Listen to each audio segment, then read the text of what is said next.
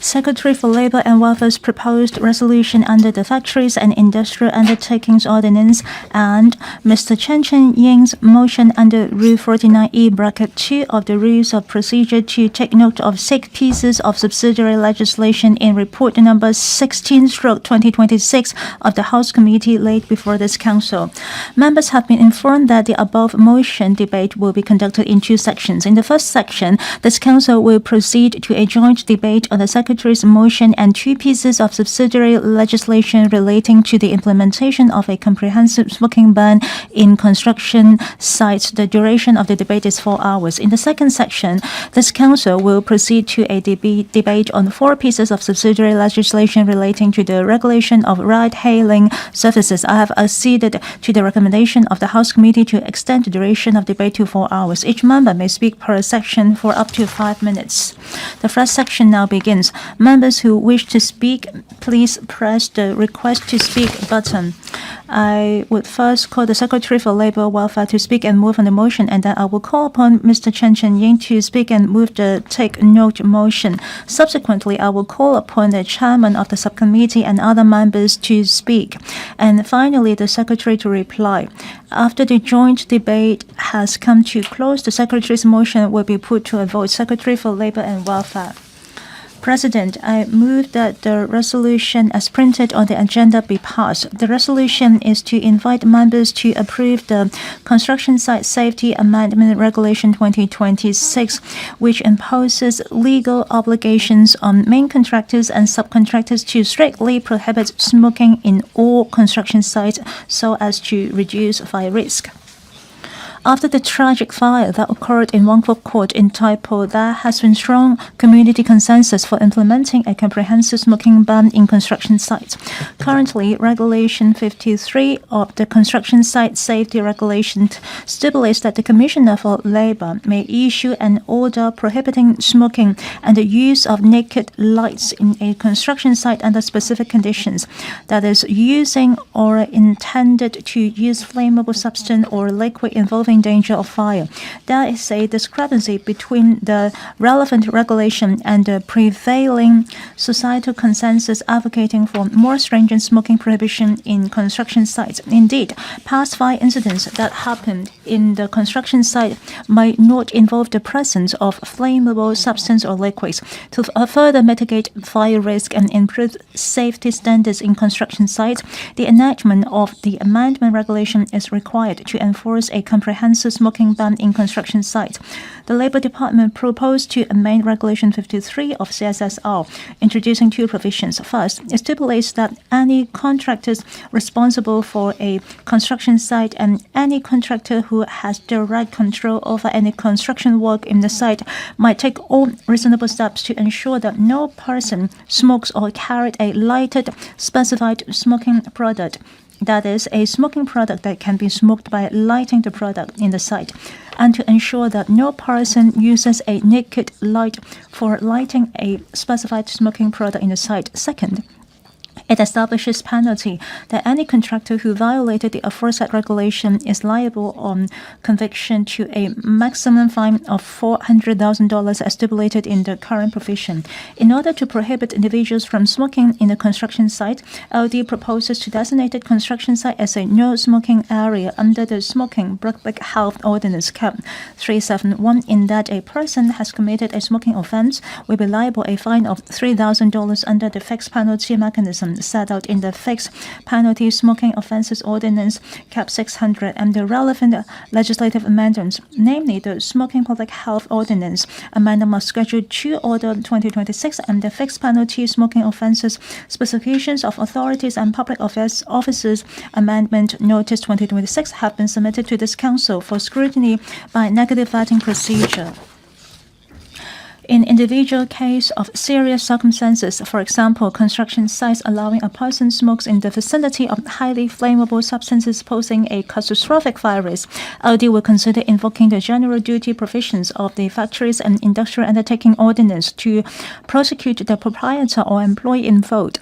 Pursuant to the current penalties for the general duty offences in FIUO, a proprietor convicted of an offence is liable to a fine of $3 million and imprisonment of 6 months, whereas an an employee is liable on conviction to a fine of 150,000 and the imprisonment of 6 months. The amendment regulation will set out the responsibilities of contractors clearly, together with the legislative proposal to designate construction site as a no-smoking area. The fire risk associated with smoking in construction site could be mitigated, and construction workers' exposure to secondhand smoke could also be reduced, thereby enhancing the safety and health of workers in construction sites. After the government announced the plan of a comprehensive smoking ban in construction sites, the public has expressed general support.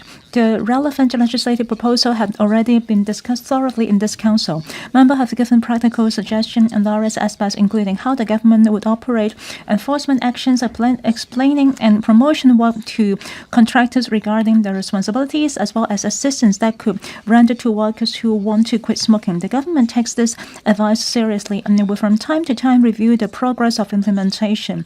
Over the past few months, the LD has launched a series of measures and education work to notify construction industry and the public of smoking requirements in construction sites. LD will continue to raise the law-abiding awareness of contractors, subcontractors, workers, and members of the public through diverse promotion channels. Furthermore, LD has provided advice on guidelines on prohibition of smoking in construction sites formulated by HKCA and construction stakeholders to help the industry understand the requirements of reasonable steps under the legislation, thereby complying with the relevant regulations and implementing smoking ban measures. I invite members to support and approve the resolution allowing the government to implement smoking ban. If passed, the amendment regulations will be published in the Gazette on 17th July 2026 and will take effect on that day. Thank you, President. I now propose the question to you that the motion moved by the Secretary pass. I now call upon Mr. Wang Chen to speak and move the take-note motion.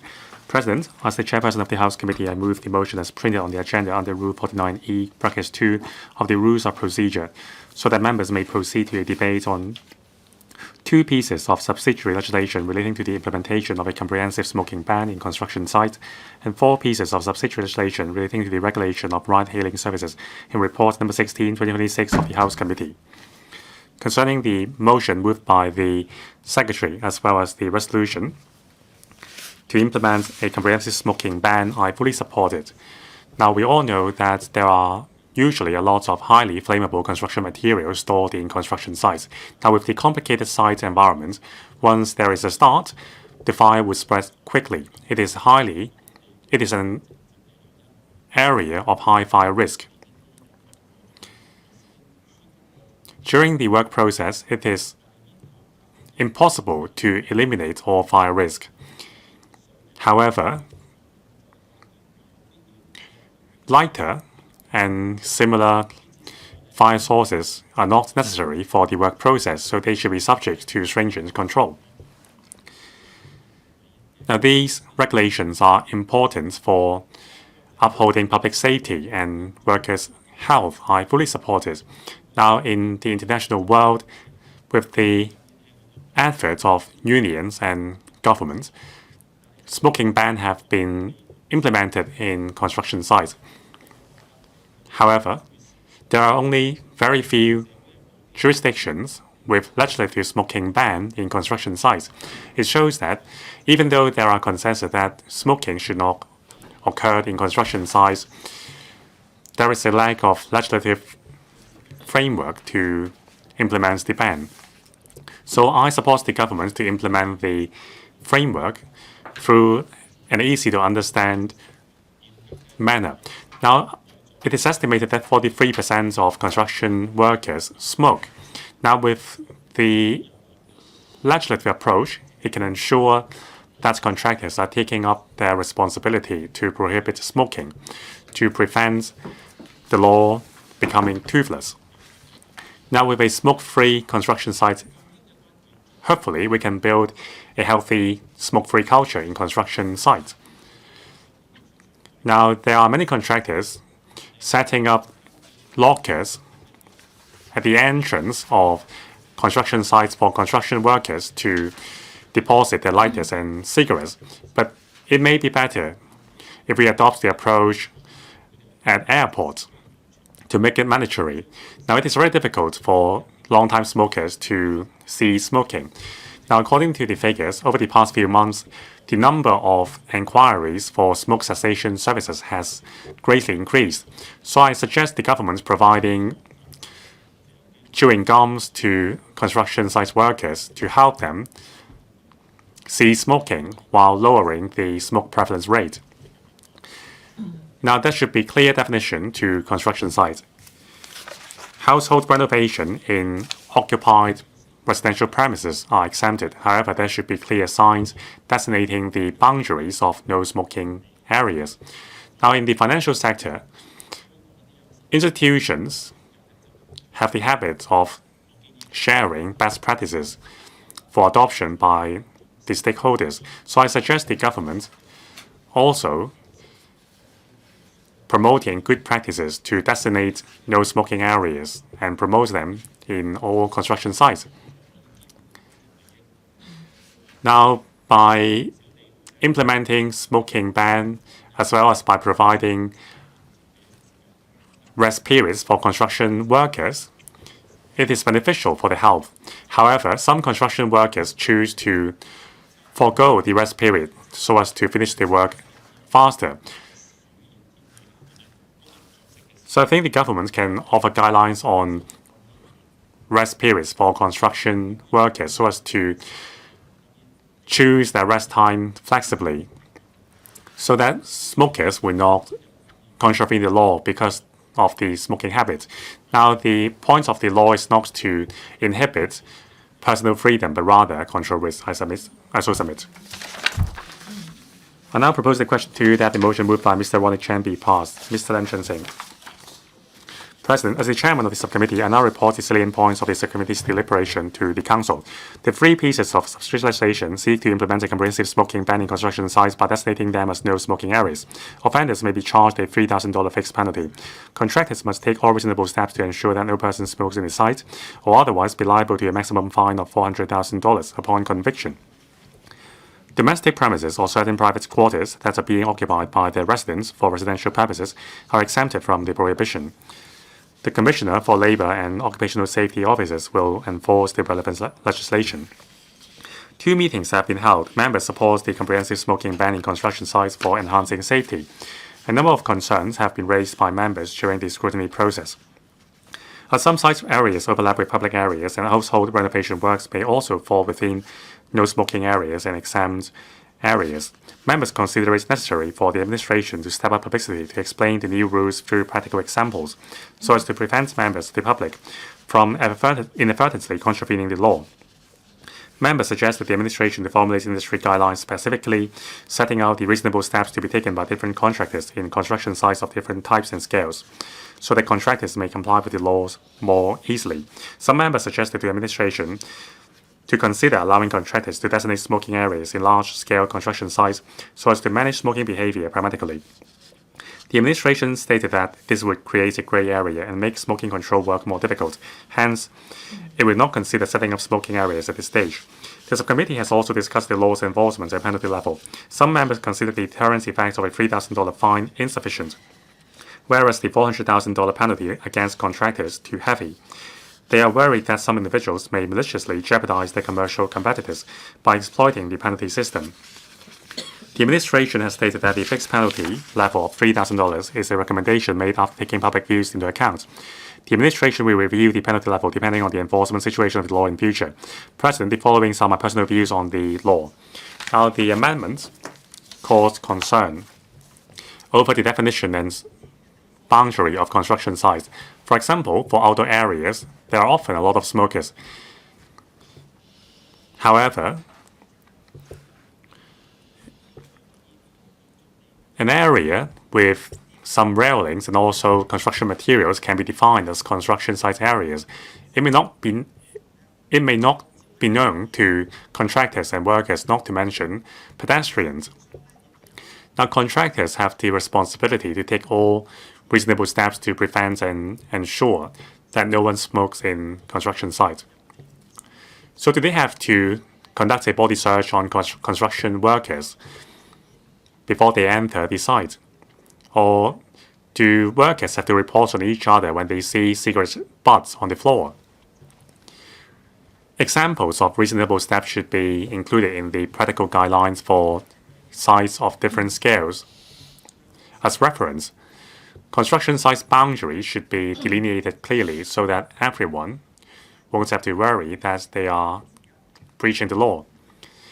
Now, guidelines set by the industry may have less impact compared with the guidelines formulated under the FIUO. So I hope the government would review the effectiveness of these guidelines. The administration would not allow the establishment of smoking area in construction sites. However, private quarters in construction sites is exempted. If more and more smokers smoke in these quarters, would that become lawful smoking areas? Should contractors allow that to happen? These are questions that the administration must address. Now, setting up smoking areas near the construction sites and allow smokers to smoke during their rest periods are important. Now, finally, if workers smoke in construction sites, they will be fined $3,000. Now, I don't think construction workers can be sacked summarily according to the law. It depends on whether the smoker is a repeat offender and also how the risk level of the site as well as the worker's attitude. We have to pay attention to the relevant labor disputes arising from that. I so submit. Mr. Chan Siu-hong. Thank you, Deputy President. I speak in support of the government's amendments to the 3 pieces of subsidiary legislation in relation to comprehensive ban in smoking in construction sites. These arise from the tragic fire in Whampoa Court in Tai Po last year. Now, according to the existing law, Cap 53, the Commissioner of Labour can only issue an order to prohibit smoking when there are flammable liquid or mixture containing these liquid in the construction sites. It does not encompass the carrying of a lighted smoking product, and it only applies to the outdoor area of construction sites. However, lighted cigarettes may cause fire risk in indoor area of construction sites. So I agree that we need these 3 pieces of subsidiary legislation so as to prevent fire risk in construction sites due to smoking. Now, the amendments' main objective is to implement a full smoking ban in construction sites. So definition is important. Now, according to Section 2(1) of the law, construction site means a place where construction work is undertaken and also any area in the immediate vicinity of any such place which is used for the storage of materials or plants used or intended to be used for the purpose of construction work. The definition is very clear. Now, the focus of the public, however, is on old building and scaffoldings. If a pedestrian holds a lighted cigarette and walk under the scaffolding on the pavements, is that illegal? Now, according to the law, if there are no construction work on the pavements, then that is not a no smoking area. If there are construction work being conducted, the contractors have the responsibility to hold off the area and separate it from the pavement to delineate the site area. Now, according to the Labour Department, although it may not be an offence, smoking may cause fire risk to the nearby scaffolding, so they advise pedestrians who are smoking to stay away from the scaffolding or extinguish the cigarettes first. Now, I think this is reasonable. Contractors have the responsibility to ensure that the ordinary public will not enter the construction site inadvertently, and also that the laws are being complied with. Now, the penalty level for construction workers who smoke in construction sites is $3,000, but construction site contractors may be fined a maximum fine of $400,000. Now, some say that this is too heavy and not proportional. Now, the administration said that it is modeled upon the existing penalty level and consider the penalty to be deterrent. Now, in determining the fine level, they would consider the measures taken by the contractor. If reasonable steps have been taken, prosecution would not be initiated arbitrarily. So I hope the Labor Department would consider all the factors before initiating prosecution. And also, the subcommittee also discussed the possibility of setting up designated smoking area for large-scale construction sites. Now, according to the administration, this would go against the intention of CAP 371. The administration hopes that there can be a change to the smoking culture in construction sites and a culture of clear distinction between personal smoking habits and works in construction sites, so they will not consider setting up smoking areas at this stage. Now, I think that if the subsidiary legislation can change the smoking culture in construction sites, that's applaudable, but I think it takes time to cause a change. On balancing the safety of workers and the needs of construction sites, setting up designated smoking areas in large-scale construction sites can help the contractor manage smoking behaviors more easily, so it should be considered. Now, publicity and education is important for the law to achieve its effects, and also enforcement is important. Otherwise, the law will be empty. Thank you. Ms. Christine Fong. President, I speak in support of the proposed resolution under the Factories and Industrial Undertakings Ordinance. The tragedy of Wang Fuk Court has really taught us that a comprehensive smoking ban is very important. The legislation will come into effect on July 17th. We really need to follow up to ensure that we can cover all blind spots. I have 3 comments and concerns. First of all, to clarify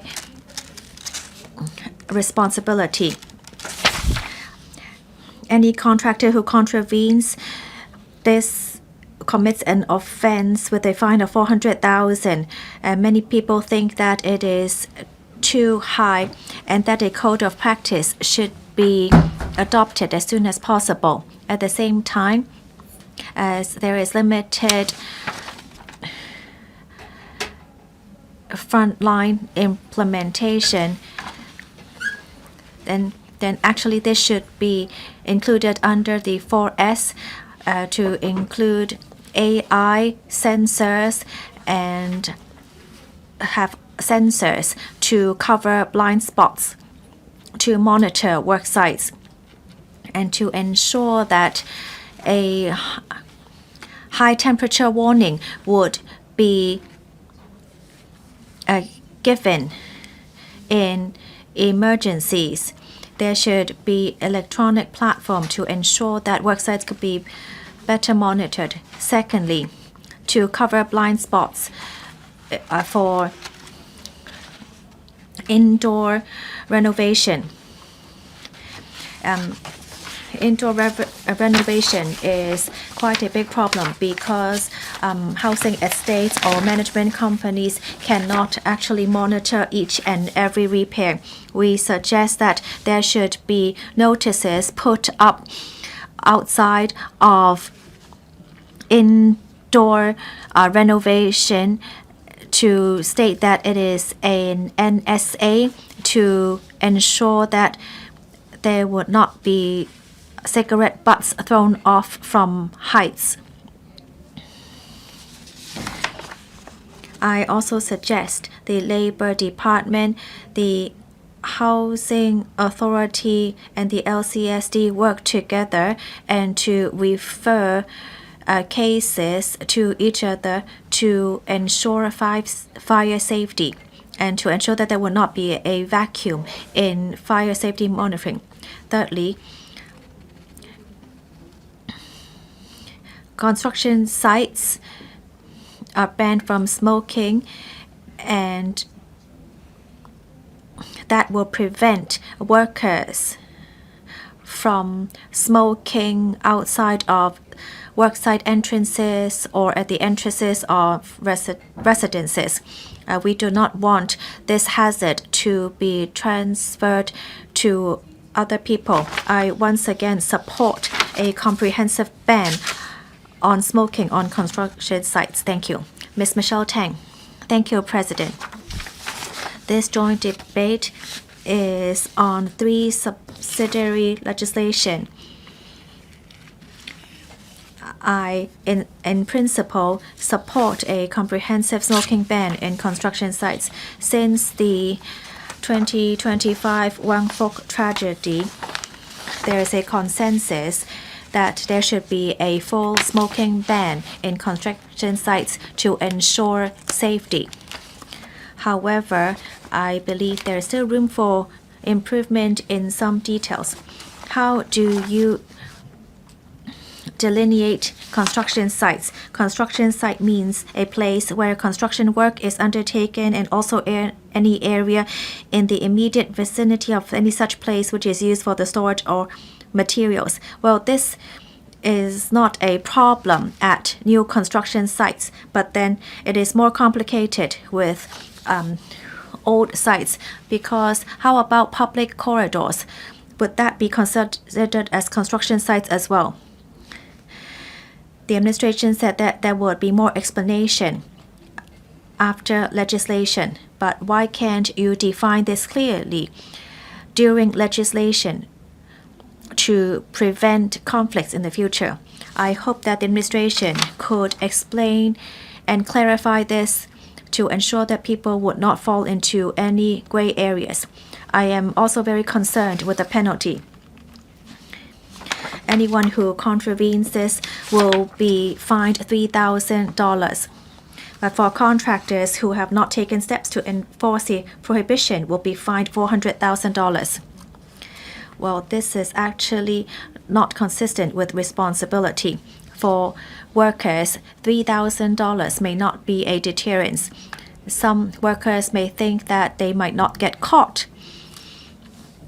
I have said before that by setting the fine at $10,000 or $20,000, that would act as a deterrence. But then the administration said that they would need to review it. Do we have to wait until the next tragedy before you would raise the penalty? A $400,000 fine on contractors would be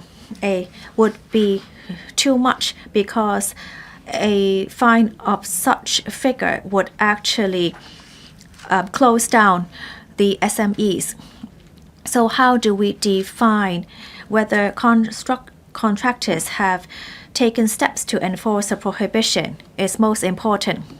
The administration said that they would look into each individual case, but then it's up to the court to determine. I believe that when something is inevitable, then the administration should review the mechanism. For example, within a year to submit to the LegCo implementation figures, such as the number of contraventions. The sector is also concerned with the abuse of this legislation. Let's say some competitors may hire someone to smoke at a competitor worksite. Is this fair? The administration said that these incidents will not happen, but we cannot be sure. I request the government to work with the sector to set out clear guidelines or a code of conduct for contractors and law enforcement officers to be clear with that. I know that legislation will help with safety, but we must ensure that we can protect people and at the same time balance out a healthy development of the sector. Thank you. Mr. Chang Pui Kong. Well, before I speak, I declare that I am a a staff member of a construction company. I would like to speak on behalf of the DAB to speak on the subsidiary legislation.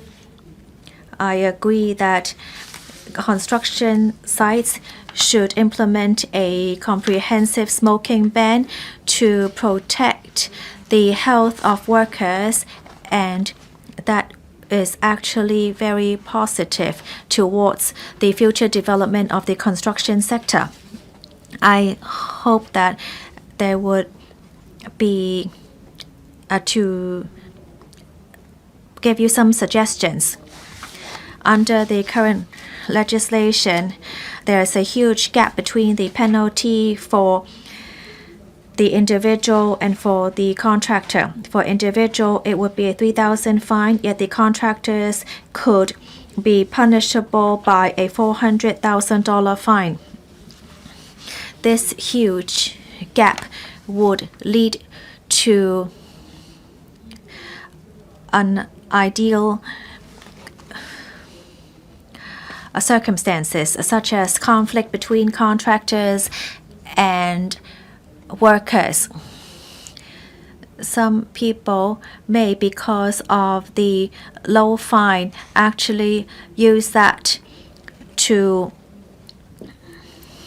target contractors. And some people may use that to act as a whistleblower to maintain competitiveness. We hope that the administration could set a clear monitoring mechanism to prevent this from being abused. We still do not have a clear definition of construction site, although we have heard the explanation at our meetings. We still are not clear of the definition of immediate vicinity.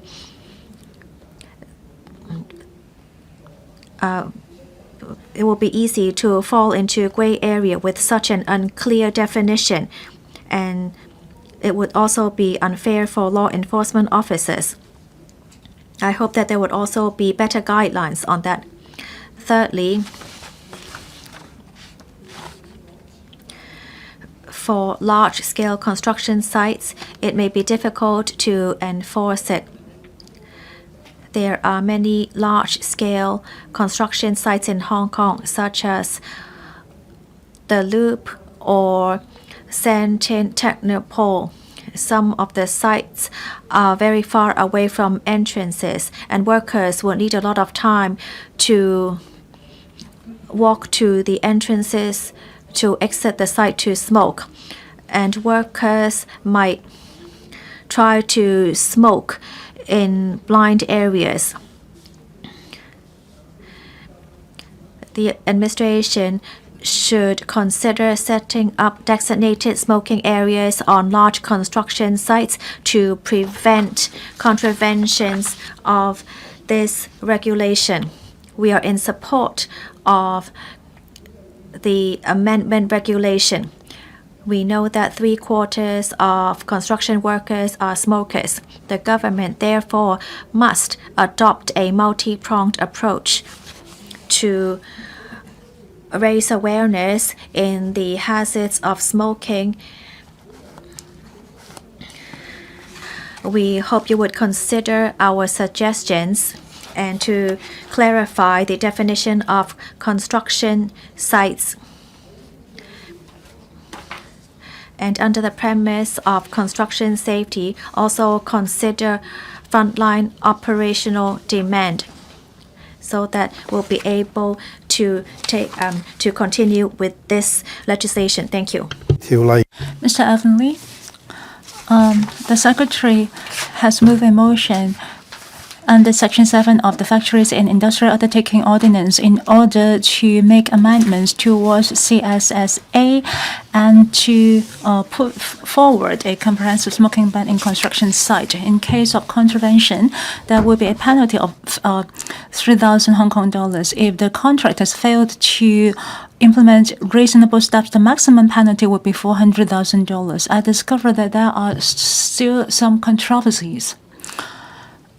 Many discussions have been going on, but there are still worries.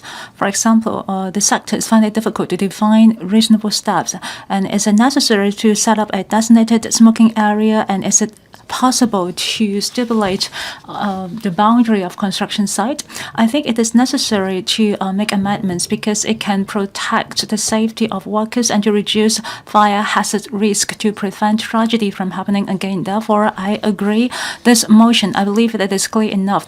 In last November, we have lost 168 lives during the Taipo fire, and 4,000 people have lost their home. It is one of the most tragic events in Hong Kong's history.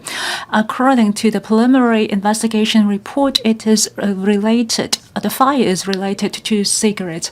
Therefore, it is nothing trivial. It can lead to something catastrophic. Actually, residents of Wang Fuk Court have already complained about the smoking habits of workers at site. It is no single event. Last December, the LD have patrol over 400 sites, and they have issued 112 notices with 25 prosecutions, including contraventions with smoking ban on construction site. It shows that it is a systemic safety hazard which was not resolved yet. Therefore, I would like to speak to support this motion. In case of in the process of implementation, I hope that the administration will continue to improve its process. For example, the possibility of having a designated smoking areas, because in the construction site there are foam board, bamboo scaffolding, and hoarding. All these materials can be found in different places in the construction site, and it is a very serious fire hazard, and it might cause difficulties in law enforcement. By establishing a designated smoking area, would it be causing even more confusion and make it difficult to the law enforcement?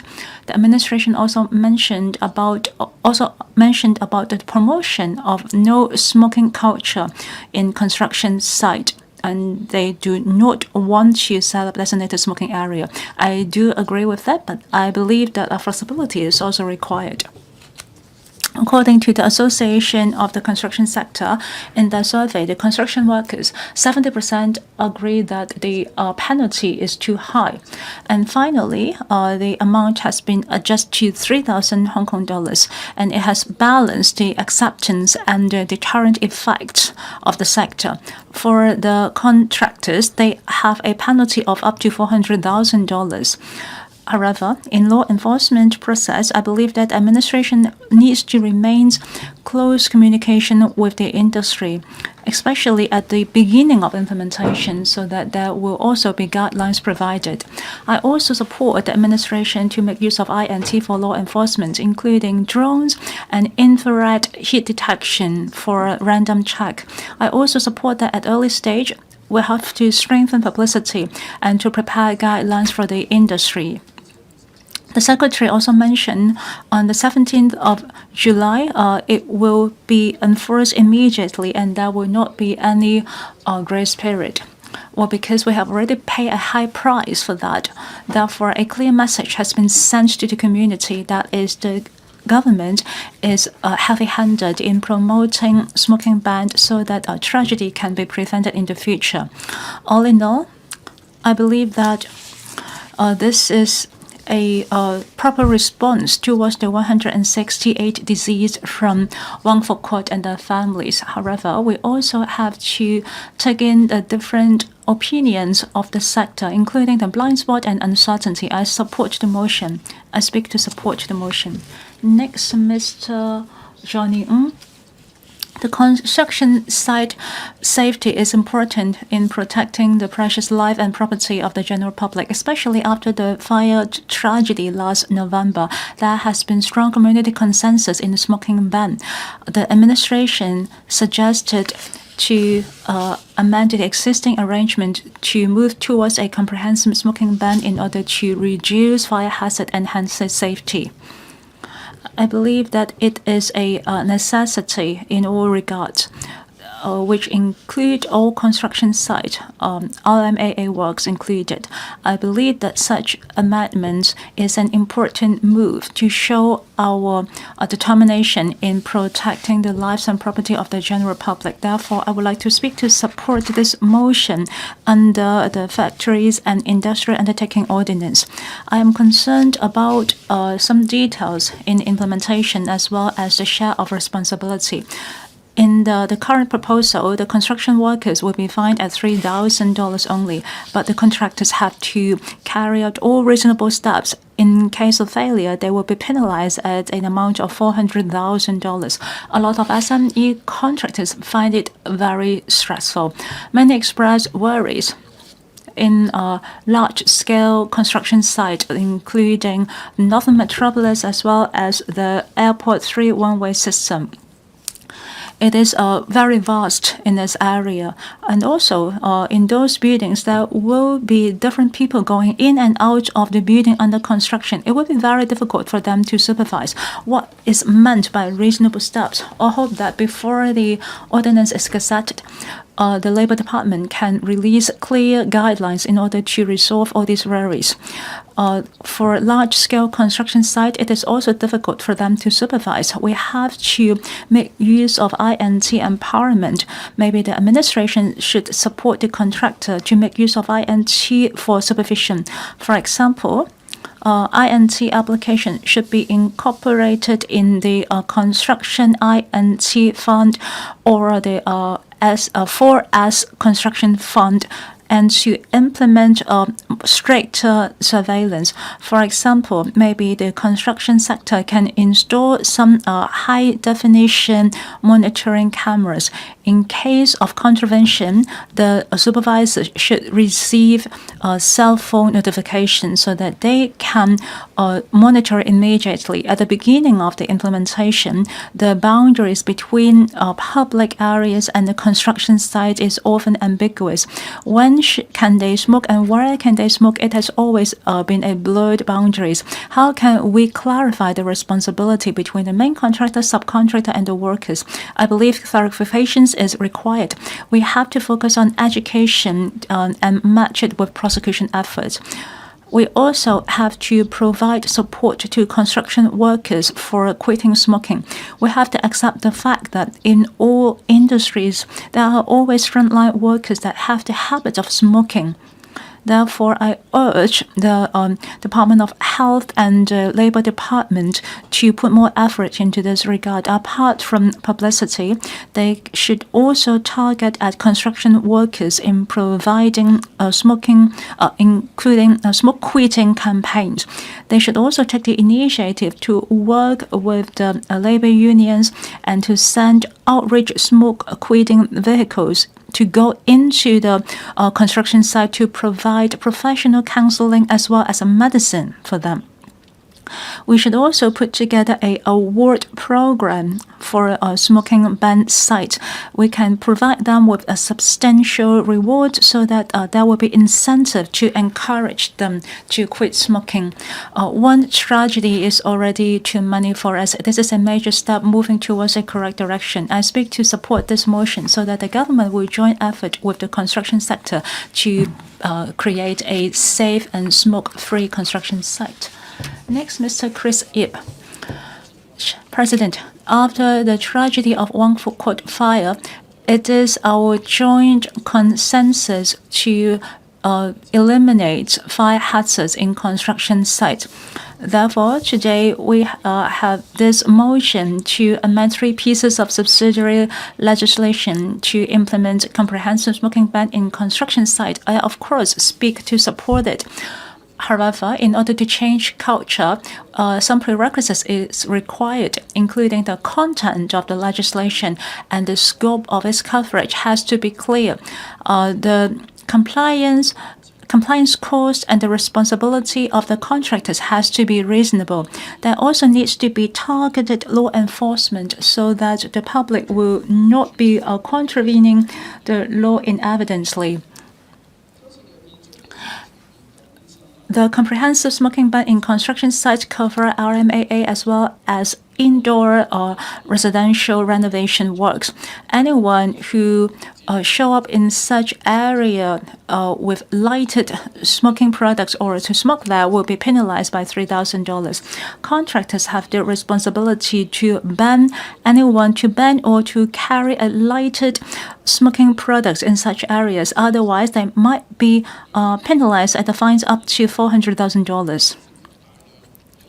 Since the areas involve public places that many people can go in and out, it include the pedestrian path during the external wall renovations, and the contractors has no power to ban people from entering into such area. To a certain extent, the contractors are being burdened with responsibility that they have no control of, even to the maximum amount of penalty up to $400,000.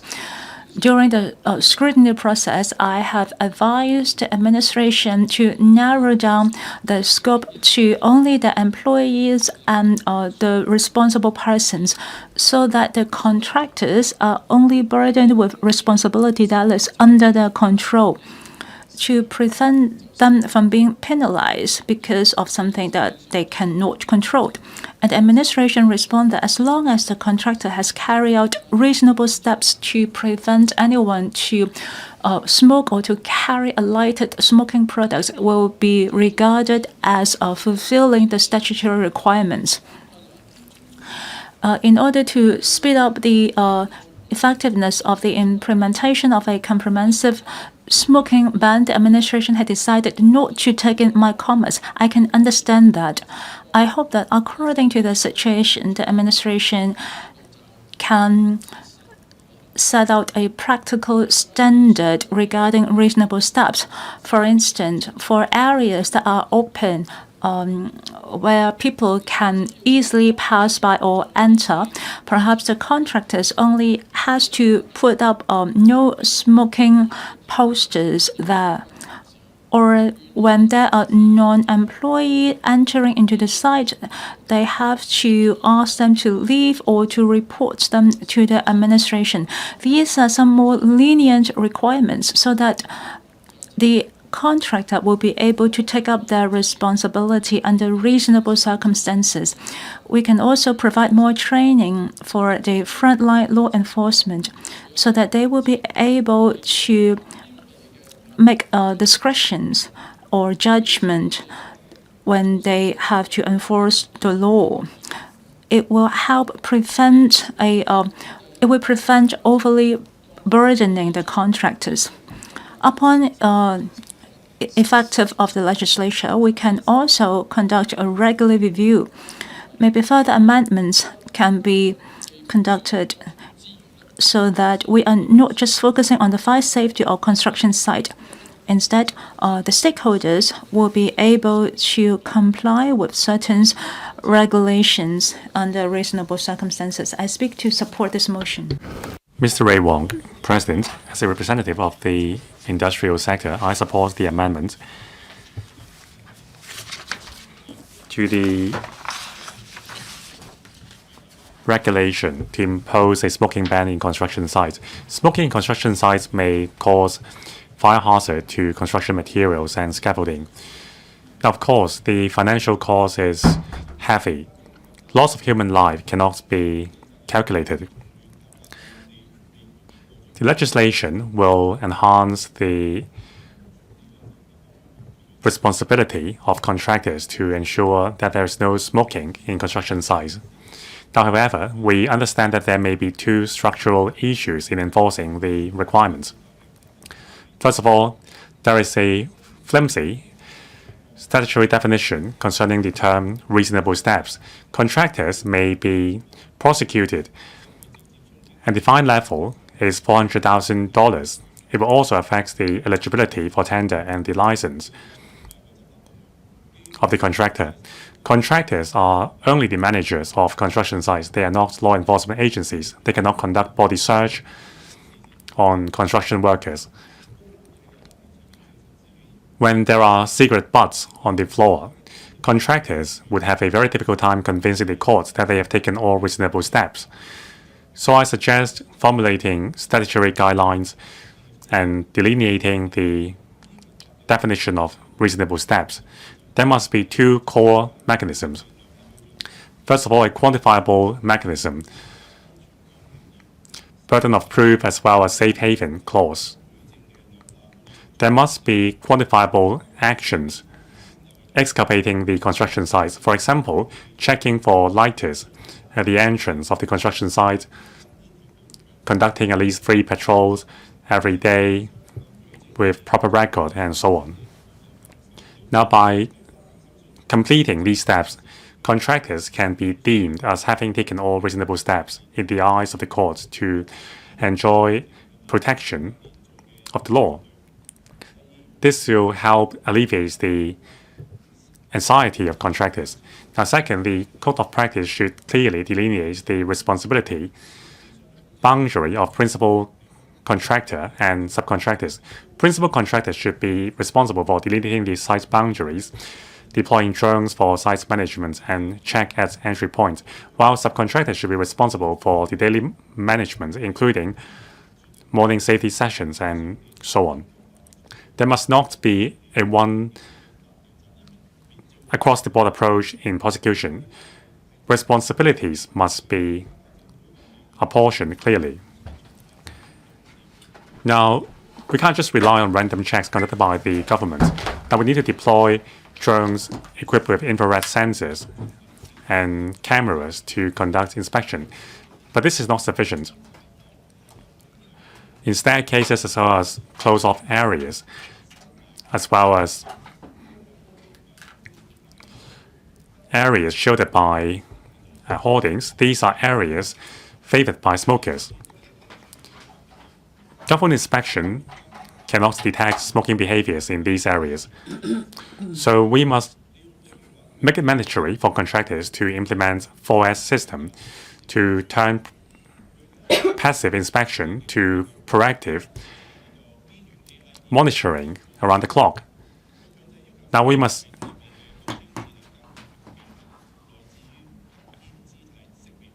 use AI in the 4S system to detect smoking postures as well as detection of lights from cigarettes and smokes. Once these signs are detected, an alert should be sent to the central system to alert the site managers to stop these behaviors. And also there should be an Internet of Things network with infrared sensors in high-risk areas like staircase for detecting smoking behaviors. Once the sensor detects a rise in temperature due to the fire from lighters, an alert will be sent.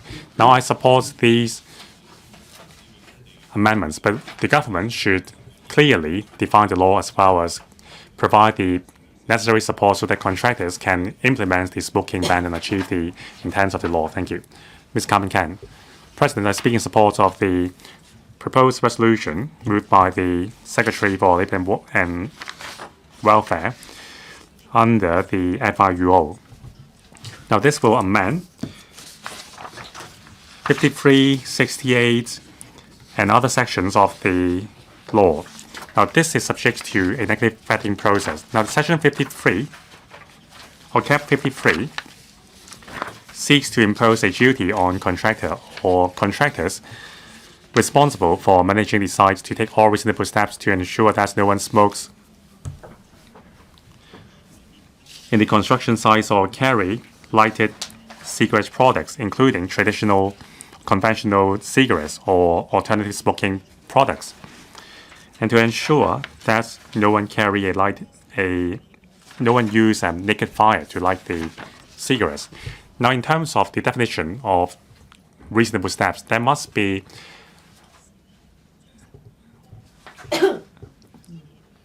an agreed guideline formulated with the trade. Now, under Cap 53, contractors do not have the responsibility to ensure that no one is smoking unlighted alternative smoking products in construction sites. But I would like to remind the public that starting from the 30th of April this year, no one can be in possession or smoke alternative smoking products, including electronic cigarettes. Now, concerning the penalty level of $400,000 for contractors, now that is already set in the OSH offense amendments back in 2023. That would carry sufficient deterrence effect. Now, according to the existing Cap 53, only when the Commissioner of Labour has issued an order to prohibit smoking can the contractors implement the smoking ban. That has not addressed the hidden fire risk in construction sites until the occurrence of the Wang Fuk Court tragic fire. So the amendment to Regulation 53 stipulates that the contractor must impose this comprehensive smoking ban without the order of the Commissioner for Labour. So I thank the Secretary for moving this amendment. After the tragic fire in Tai Po, the direction of the amendments have been announced. Half a year on, it has already taken effect. So this is a good example of effective governance. Concerning other amendments to the Fire Services Ordinance and Building Ordinance arising from the Wang Fuk Court fire, these bills will be introduced soon.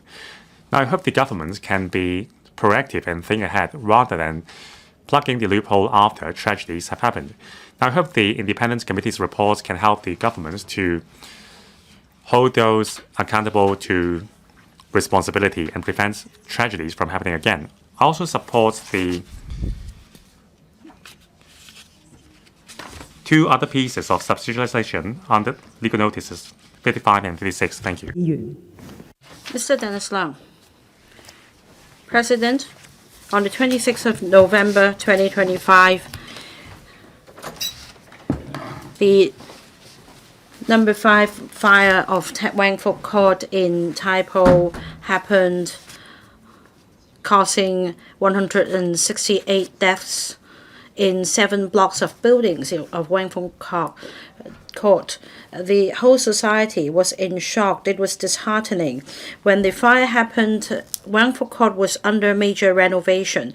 There was bamboo scaffoldings on the exterior of buildings, and the mesh was the cause of fire. Of course, the cause is still under investigation, but we must not relax and let our guard down when it comes to fire safety in construction sites. Today, we are examining the 3 subsidiary legislation in relation to this tragedy. First of all, there is the resolution moved under the FIUO, and an amendment order is made, and that is Smoking Public Health Ordinance Amendment of Schedule 2 Order and Fixed Penalty Smoking Offences Specification of Authorities and Public Officers Amendment Notice 2026, so that contractors will be required to take all reasonable steps to prevent anyone from smoking in construction sites. Now, offenders will be fined $3,000. For contractors who fail to take all reasonable steps, the fine could be as high as $400,000. I support the 3 amendments because we need to introduce a comprehensive smoking ban in construction sites to guarantee the safety of our people and their belongings, as well as the safety of workers. Now, we have effective laws in Hong Kong. However, for the recidivists or those who intentionally break the law, we must take them to task. We need to strike a balance as well when it comes to enforcement of the law. Wang Fuk Court fire has changed our consensus and our view of the matter. We must respond to the public aspirations, and we need to impose obligations on different parties through these 3 items. In fact, many construction sites nowadays have now put in place measures, and these are stringent measures to prohibit anyone from smoking inside. There is also a gate at the entrance of construction site, and that all cigarettes lighters would be detected and confiscated. Now, for offending workers, I'm happy to see that there are measures to tackle the matter. Now, but it's not just about carrot and sticks. I want to emphasize carrots as much as sticks. We need to help people quit smoking. The government should provide more resources to help workers kick the habit. There should be counseling and smoking cessation services. We should also target the next generation so that the younger generation will not take up this habit of smoking, so that we can further reduce the proportion of smokers in our population. Now, there is a conflict here. When it comes to illicit cigarettes, the situation is getting more out of hand. In 2023-24, for 2 consecutive years, tobacco duty increased by 31%, and cumulatively, the duty rose to 74%. As a result, in 2024, over 164 million sticks of illicit cigarettes were confiscated, up by 80%. In other words, the amount confiscated has to do with more smokers turning to illicit cigarettes themselves. So the situation is actually getting more rampant. Raising tobacco duty is not the way to help people kick the habit. Rather, they would just turn to illicit cigarettes. The government should adopt more effective means to control the use of tobacco. There should be rigorous efforts to tackle illicit smoking, illicit cigarettes, so as to catch the perpetrators.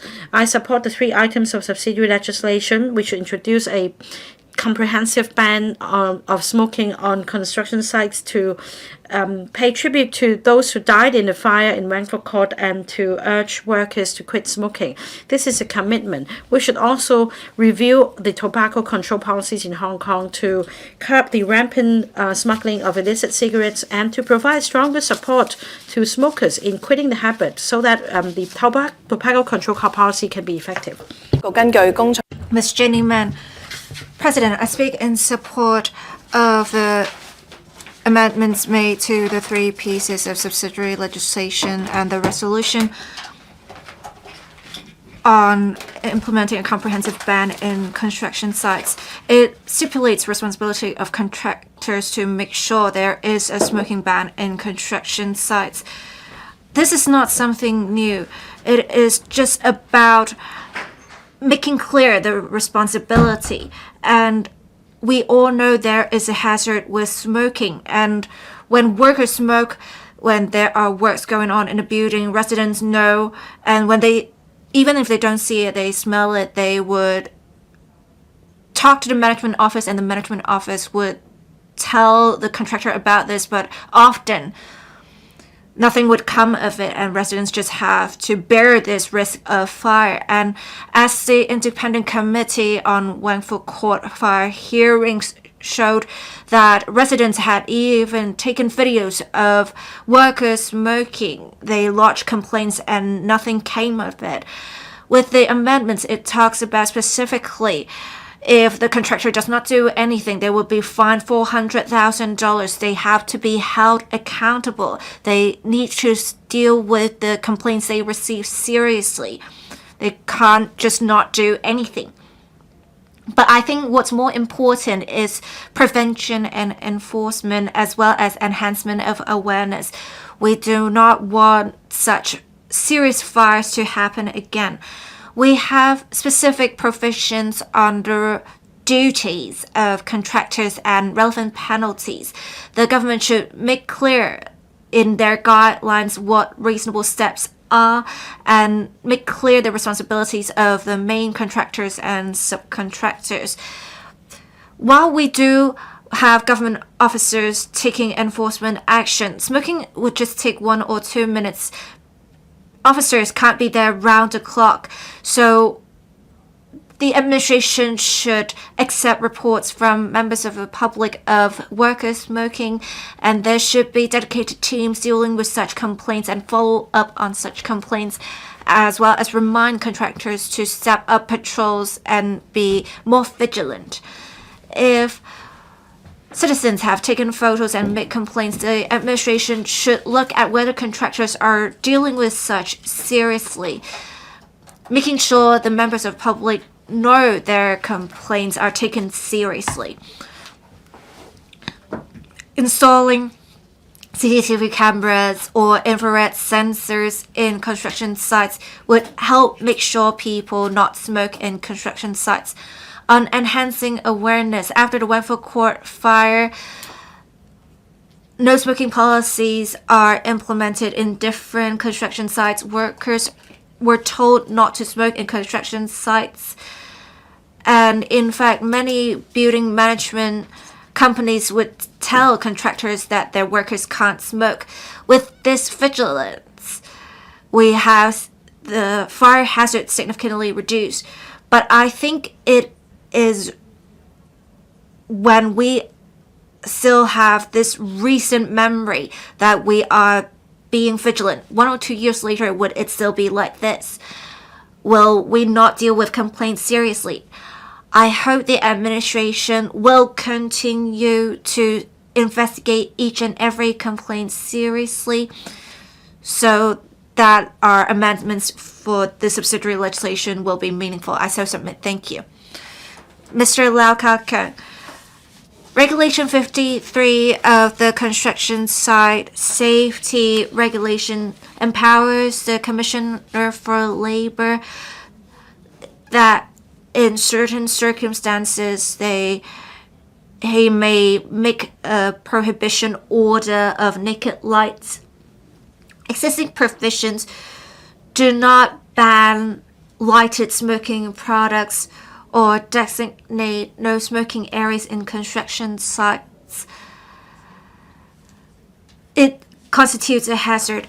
After the serious Wentworth Court fire in November of last year, this painful memory has increased awareness, and we want to prevent the recurring of such a tragedy. The administration has proposed amendments to the 3 pieces of subsidiary legislation to implement a comprehensive smoking ban in all construction sites. I fully support the amendments. I have some observations. First, we need to make clear the responsibilities of contractors. Contractors do have the responsibility to take all reasonable steps to make sure no one would breach the relevant rules, and they should practice proper management of workers. But in the provisions, it does not make clear what the reasonable steps are. The administration said it is hard to set out an exhaustive list. I note that the industry is promulgating a guide of best practices. I hope that it will be ready soon, and there can be some incentive measures from the administration to make sure there's long-term compliance. I think the administration can dynamically assess the situation and make adjustments if necessary, and include more of the different scenarios in the code of practice for the reference of contractors. We also need to make good use of technology and inspections and enforcement. The Labor Department will be taking up the work on enforcement about smoking in construction sites. I suggest that the department deploy more personnel and set up a communication mechanism with construction site management personnel, and encourage them to collect evidence on breaches of the relevant provisions. Earlier, we have already been making use of drones for frontline enforcement as well. We are also studying the possibility of installation of infrared sensors to detect smoking in construction sites.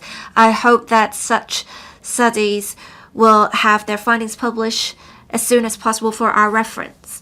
We also need to make sure we do more in publicity and education, as well as encourage workers to quit. We need to tell workers there is a possibility of smoking in construction sites may cause a fire. If they breach the relevant rules, it can change the fates of many. We want to mitigate that fire hazard, and we can perhaps encourage workers to quit smoking by working with relevant organizations to really tackle the root cause of the issue. And this can be beneficial to workers as they can become more healthy. We want to make sure the Wentworth Court tragedy won't happen again. I so submit, speaking in support of the motion. Mr. Alan Chen. Thank you, President. I fully support the resolution proposed by the Secretary for Labor and Welfare.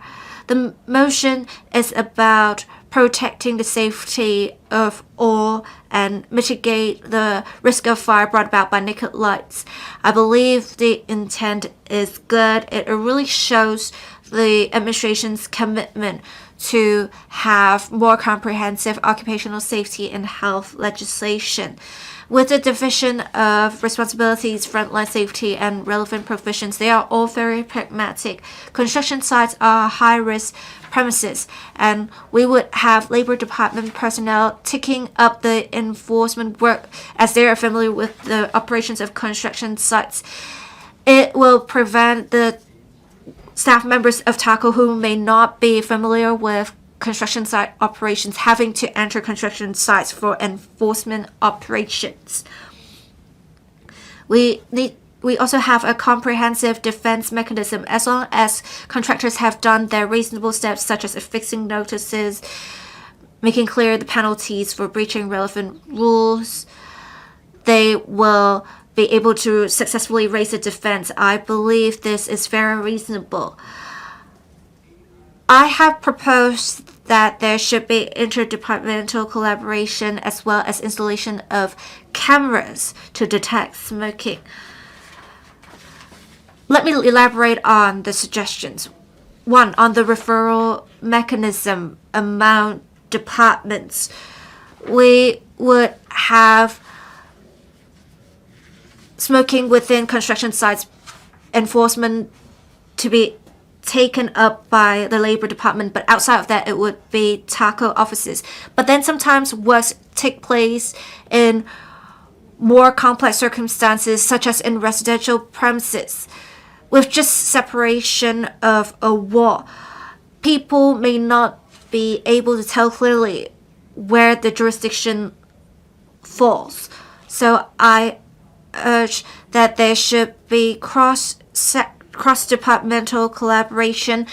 No matter which channel citizens go through, 1823 or the Labor Department, there should be a unified back-end platform. If the site boundaries aren't clear, TACO and the Labor Department should work together to collect evidence so as to prevent cases from being neglected. There will be no gray areas. Second, we should have AI-enabled detection equipment that is part of the Smart Construction Site initiative to help with enforcement. The frontline personnel of Labor Department have a heavy workload to prevent causing an even greater burden on them. We can make use of an AI-enabled cameras to detect smoking or lighted smoking products. From the perspective of the industry, if contractors install AI monitor surveillance systems, once smoking is detected, they can lodge a police report right away. With this, it would show contractors have taken all reasonable steps. This is probably the best evidence there is. It will be easier for them to raise a defense in law. From the perspective of the administration, this will help the Labor Department practice fire waste surveillance. It will help reduce the workload on frontline personnel at reasonable costs. It can also help reduce manpower costs. President, overall speaking, I think the framework is very mature. As long as we do more in cross-departmental digital resource sharing as well as smart site management, we can implement the relevant amendments successfully. So submit speaking in support of the motion. Mr. Aaron Bach. Thank you, President. I have to declare interest. I am an independent non-executive director of 2 construction companies. After the Wanford Court fire, people are growingly concerned about the smoking problem in construction sites. The BPA and I immediately asked the government to ban smoking in construction sites and legislate for the ban of using foam boards. The government responded to our request speedily. I support banning smoking in construction site because we need to ensure safety. I'm not against smoking because it's harmful to people's health. I think that we need to disincentivize people from smoking because they need to take care of their health instead of legislating for it. I have a few comments. First, I think that the government need to clearly demarcate site boundaries of construction because some boundaries of construction site may overlap with that of regular pedestrian walkway. The government said that if the site is used to store construction materials, then the site will be considered construction site. For a home under renovation that is occupied by residents and private quarters, they are exempted. As there are many different scenarios, I think that the government need to clarify to the members of the public and contractors about the law so that no one will break the law inadvertently. Second, if the contractors violate the construction site safety regulation, they will be penalized with $400,000. If someone smokes in the construction site, they will only be fined for $3,000. That's 133 times higher for the contractors. I think that's unreasonably harsh. Third, for contractors working for the government public works project, if they violate the regulation, they will not only have their assessment report affected, they will also violate the Chapter 59. They will affect the scoring of the tenders for future government tender exercise. I think that's the second unreasonable regulation. Although the contractors' tenders were only affected after they're convicted, competition in the sector is fierce. Fourth, this is the biggest problem that I identify.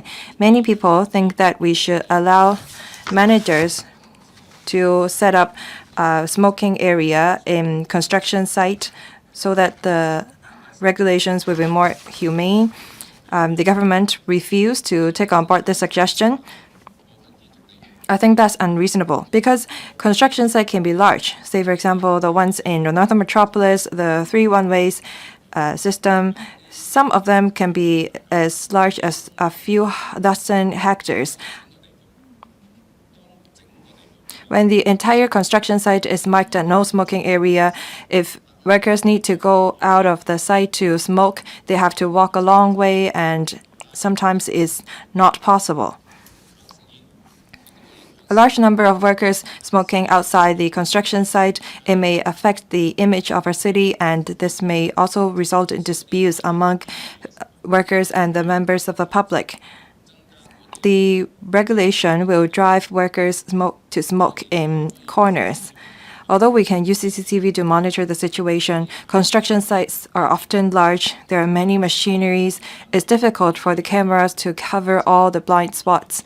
So I strongly suggest the government allowing managers to designate smoking area in construction sites where appropriate, as long as there is no flammable materials or articles in the area, as long as there's fire blanket, fire extinguisher, and as long as no one can bring lighters to construction site. I think that we should allow workers to smoke in these no smoking areas.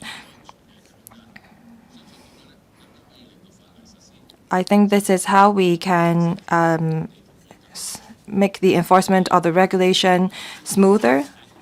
Overall speaking, I support banning smoking in construction site to lower the fire risk caused by smoking, but I hope that the government will set out clear guidelines. And when we review the regulations, I hope that the government will address the 3 points that are unreasonable that I just raised.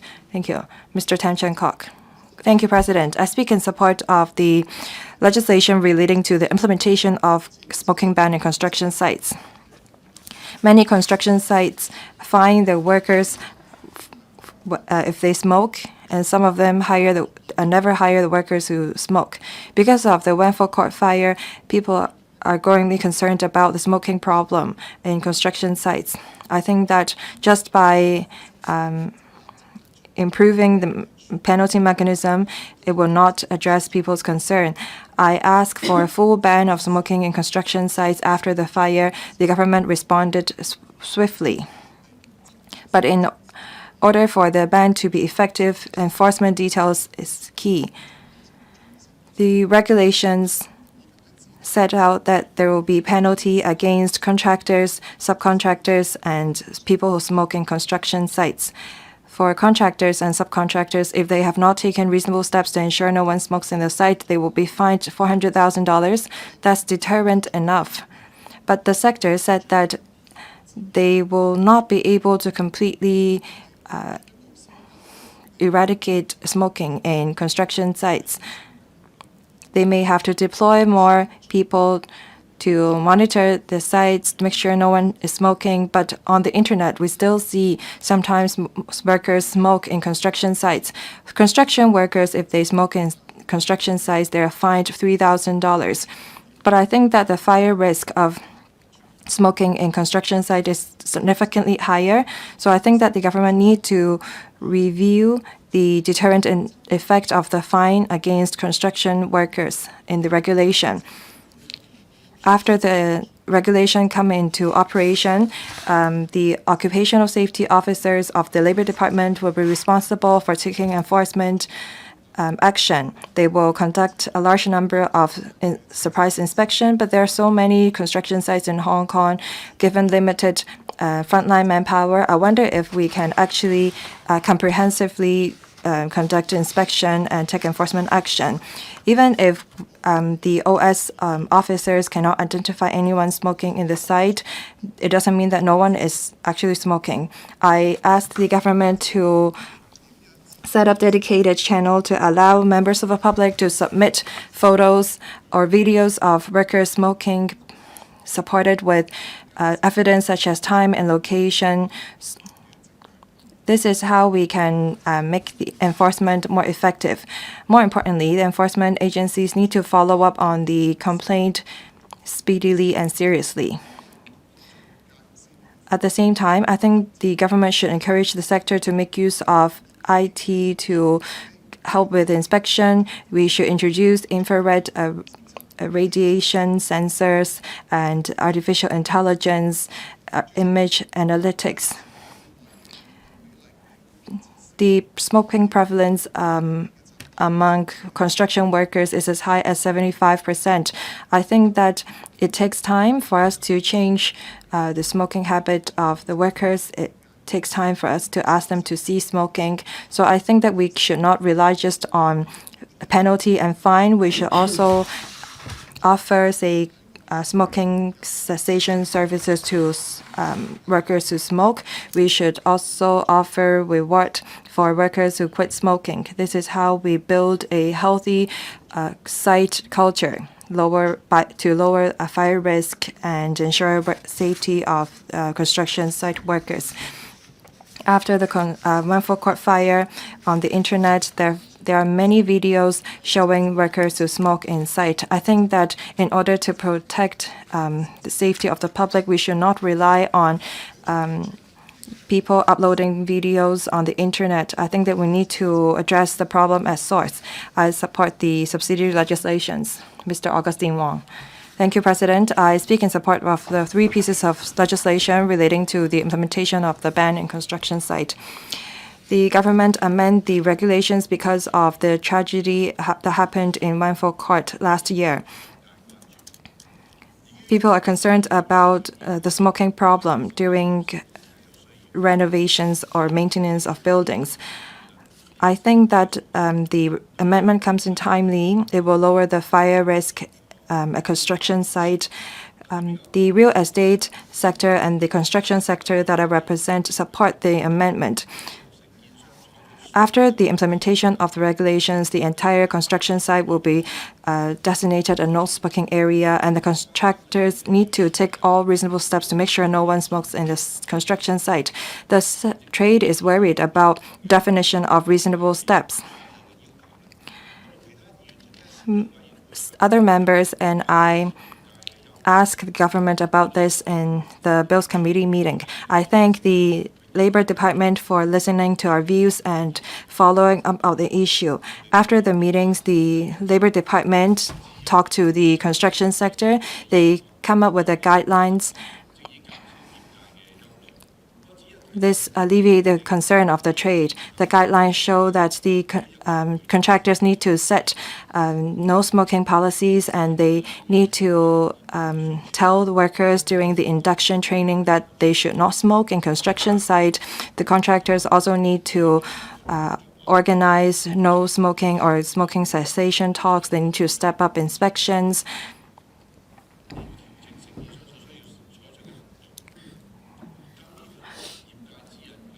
This guidelines have the participation of the Labor Department. I believe that as long as the trade implement the relevant no smoking measures in accordance with the guidelines, then they will be considered having complied with the regulations.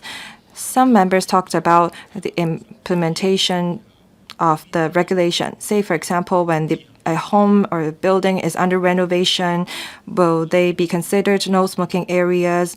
If pedestrians walk by buildings with scaffolding, can they smoke?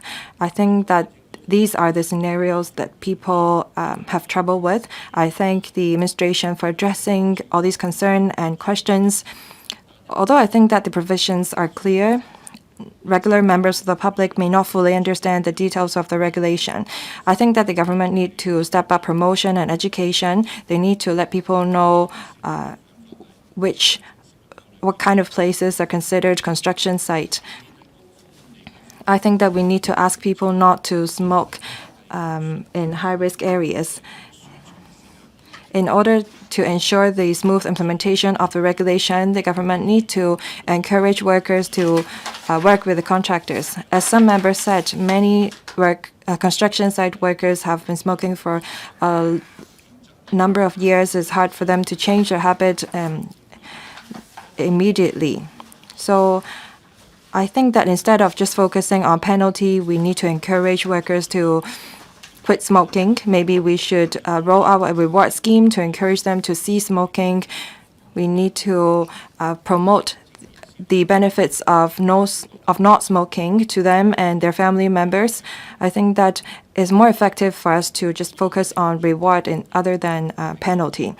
A full ban of smoking in construction site can definitely lower fire risk and protect people's lives and property.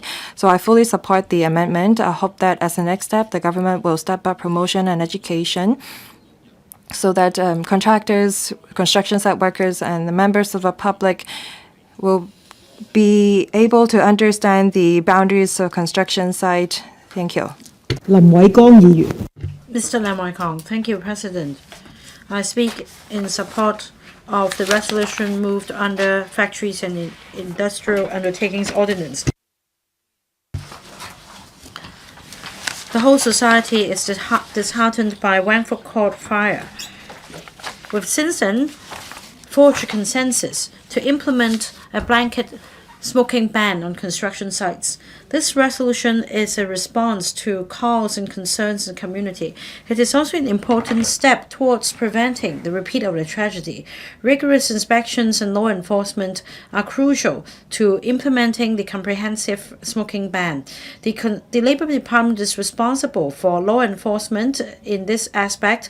I support the use of technology in the Labor Department's inspections to enhance efficiency of law enforcement. For example, the department should use drones and IoT thermal imaging technologies to detect smoking behavior in hidden areas such as rooftops.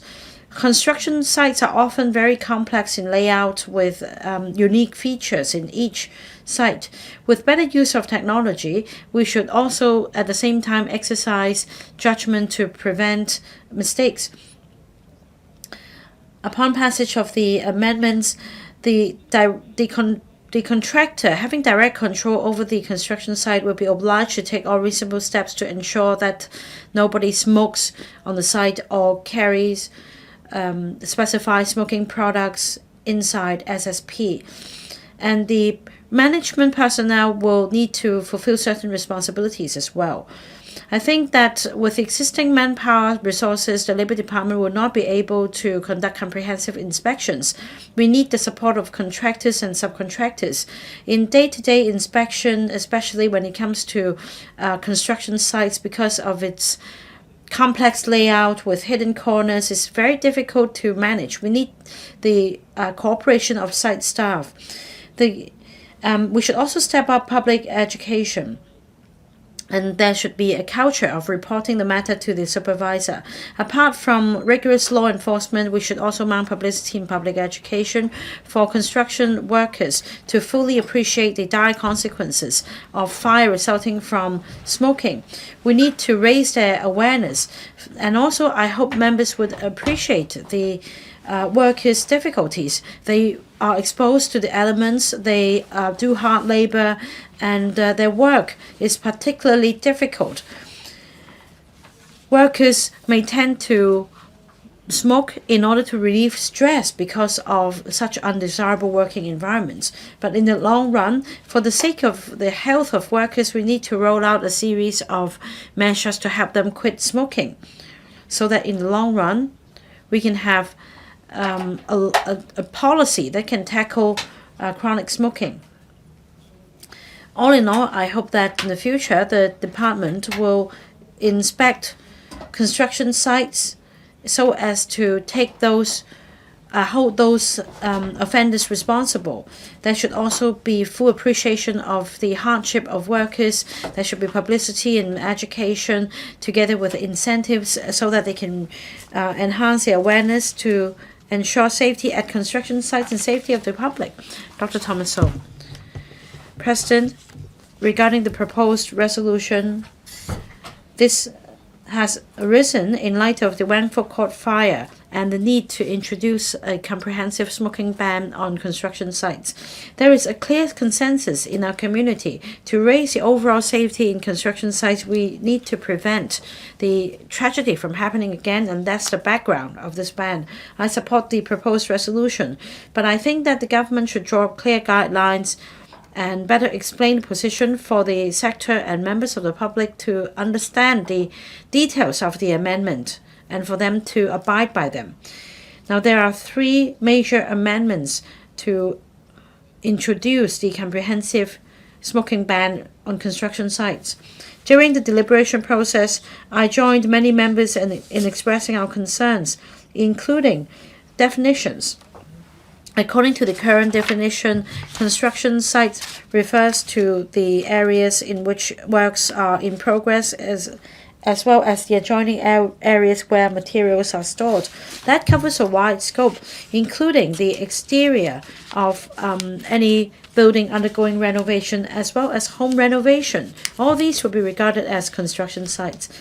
The legislative intent is to introduce a smoking ban comprehensively on construction sites.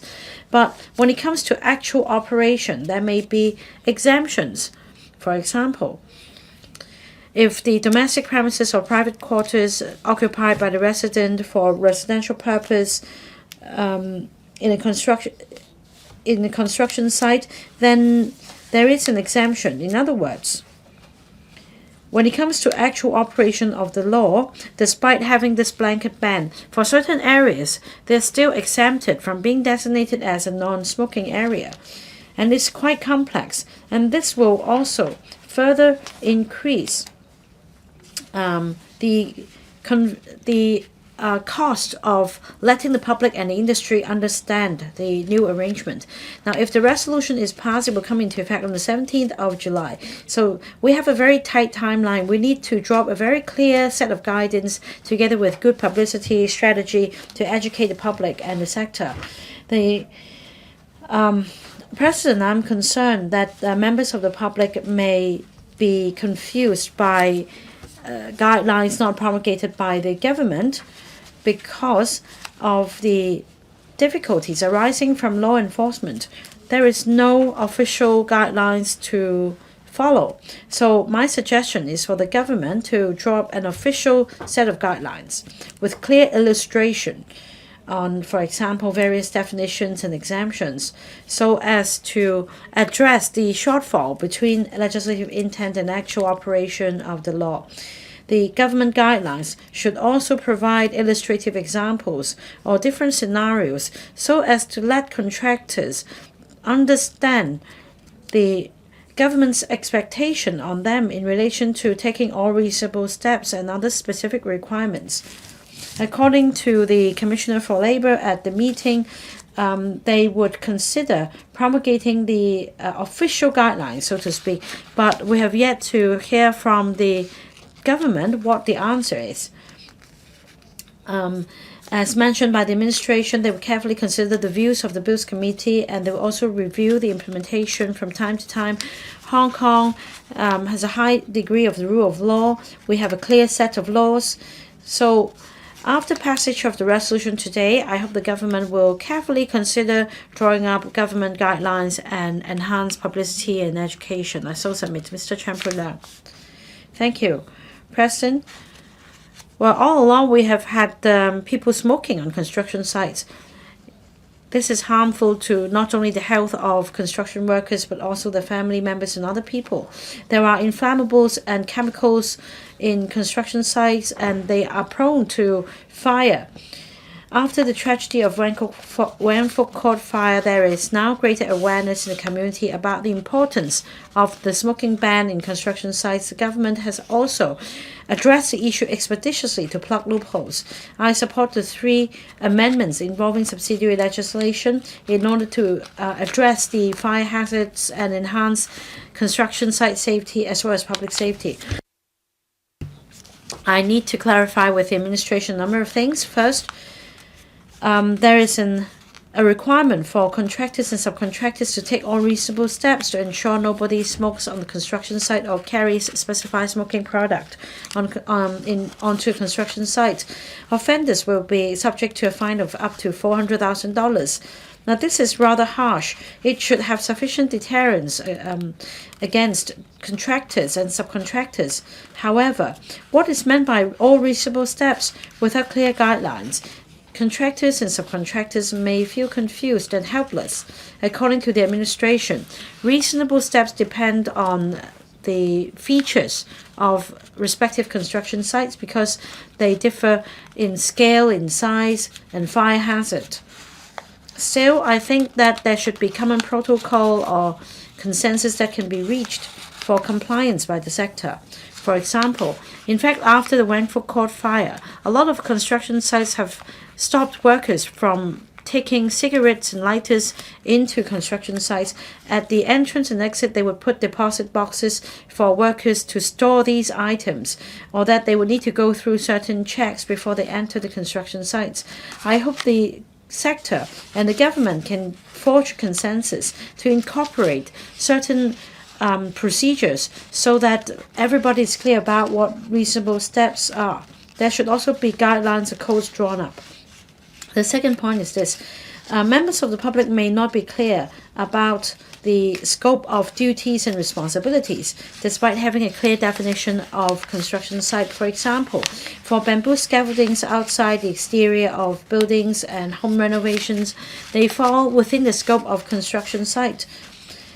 And if a public place or somewhere near the construction site is used for temporary storage of construction materials, such as the section of pavement beneath the scaffolding, then these areas would be regarded as smoking areas as well. This may cause people to be inadvertently caught by the law.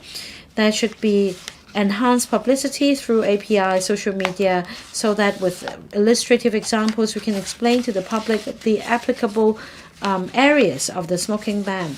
The third point is that the occupational safety officers and the Commissioner for Labor are responsible for enforcing the law. I'm concerned about the effectiveness of law enforcement because there are many construction sites with many personnel involved. The occupational safety officers may conduct inspections or bliss checks, but they may not be able to witness people smoking every time as to catch them red-handed. it doesn't mean that nobody smokes on the site. I think that we should not just rely on manual checks and inspections. We should step up the use of technology such as drones, thermal imaging, IoT, AI, imaging, analysis, etc., so as to identify acts of smoking on construction sites. Together with the bliss checks on the part of Labor Department, we can enhance the efficiency of law enforcement, lower fire hazard, and safeguard the health of workers and the public. I support the 3 amendments. Mr. Wu Yingping. Thank you, President. Since the typo file last year, we have great concerns in society about workers smoking in construction sites. I think there is societal consensus that we should have a smoking ban in construction sites, and the administration quickly responded to such wishes and promulgated the amendments to the 3 pieces of subsidiary legislation, making clear the responsibility and implementing a comprehensive smoking ban in construction sites. I believe it will be greatly beneficial to the protection of citizens' lives and properties. I therefore support the relevant amendments. We do see significant reforms in the approach taken by the administration. With the existing provisions in the construction site safety regulations, especially with Regulation 53, prohibition orders can only be issued when there are specified circumstances. It does not keep abreast with the times when we have more complex circumstances in construction sites. And we had the one recently, multiple fires showing that the fire sources may not be immediately obvious, and those items in the area may not be flammable. With the penalties, there are 2 different paths. One, the fixed penalty path, and for the contractors who have direct control over the works in the construction sites, if they have not taken all reasonable steps to prevent people from smoking, they may be fined at a maximum of $400,000. If someone smokes close to highly flammable substances causing a disastrous fire, prosecution can be initiated under the Factories and Industrial Undertakings Ordinance.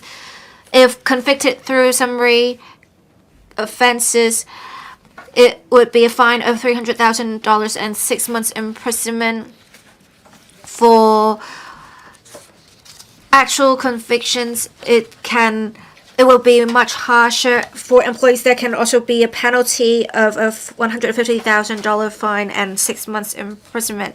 I believe the penalties are reasonable, but then according to a Chinese saying, we should not only rely on enforcement, we need to also do more in publicity. We should take a multi-pronged approach while practicing stringent enforcement, provide suitable training to the enforcement teams, and make clear enforcement indicators, and make sure we target specific difficult areas for enforcement, such as those working on scaffoldings. We can install CCTV cameras. We can also probably make use of drones or install infrared cameras to identify smoking in dark corners to enhance evidence collection and prosecution efficiency. To make sure small and medium-sized contractors can adapt, the Labor Department should make sure there is a guide on best practices for how to implement a smoking ban in construction sites, affix notices, install smart surveillance systems, issue reminders at morning briefings at construction sites, etc.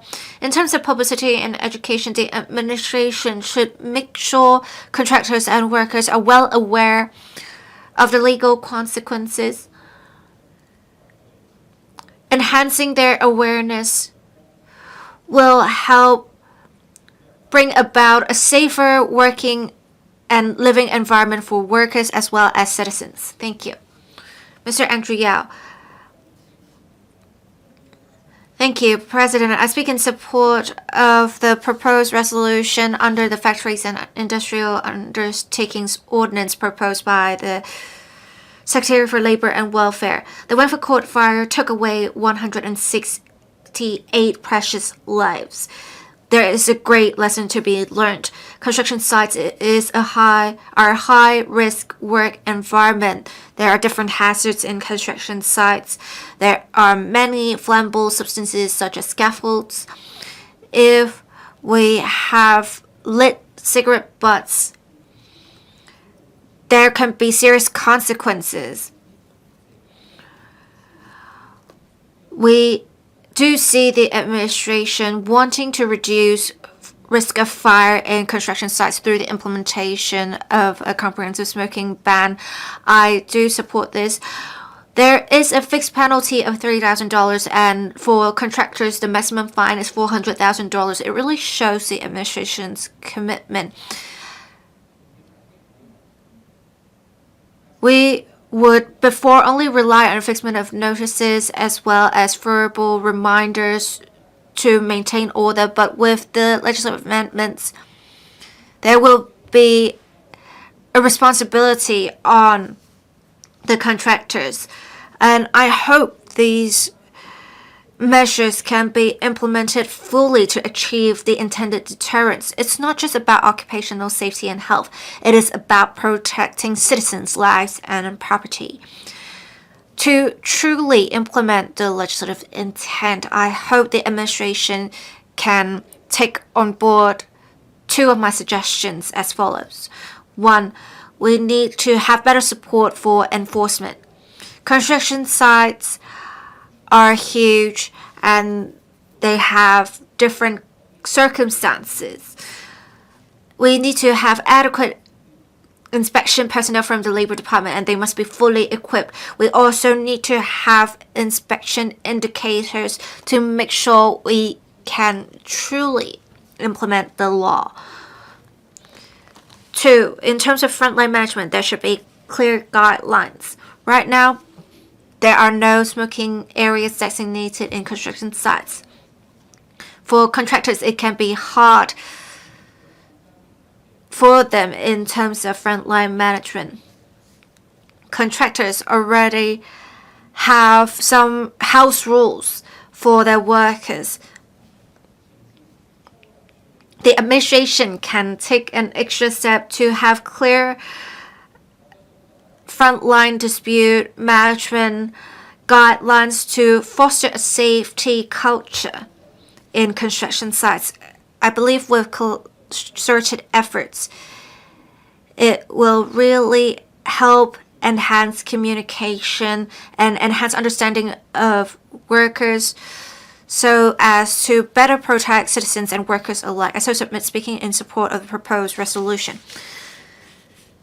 Mr. Chao Su-chung, after the Taipo fire tragedy last year, there is a consensus on implementing a smoking ban in construction sites. And I do support a comprehensive smoking ban in construction sites, but I think we need to strike a balance.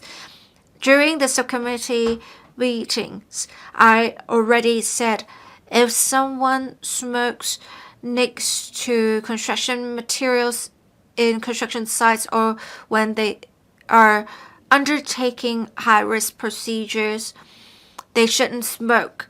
I think this is considered unacceptable by many, such conduct. But we also have to understand construction sites are quite fast. For one to go from where they're working to the entrance of a construction site, it may take long. Inevitably, people will choose to smoke in some hidden corners, and they may get rid of cigarette butts in an unsafe manner. It may eventually increase the risk of fire. So let's just be pragmatic and allow contractors designate legitimate smoking areas within construction sites on the premise of meeting different requirements in terms of fire safety. I believe with such management, we can reduce risk of fire even further. I hope the administration will continuously review the implementation of the legislative amendments and see if there is room to allow designation of smoking areas within construction sites.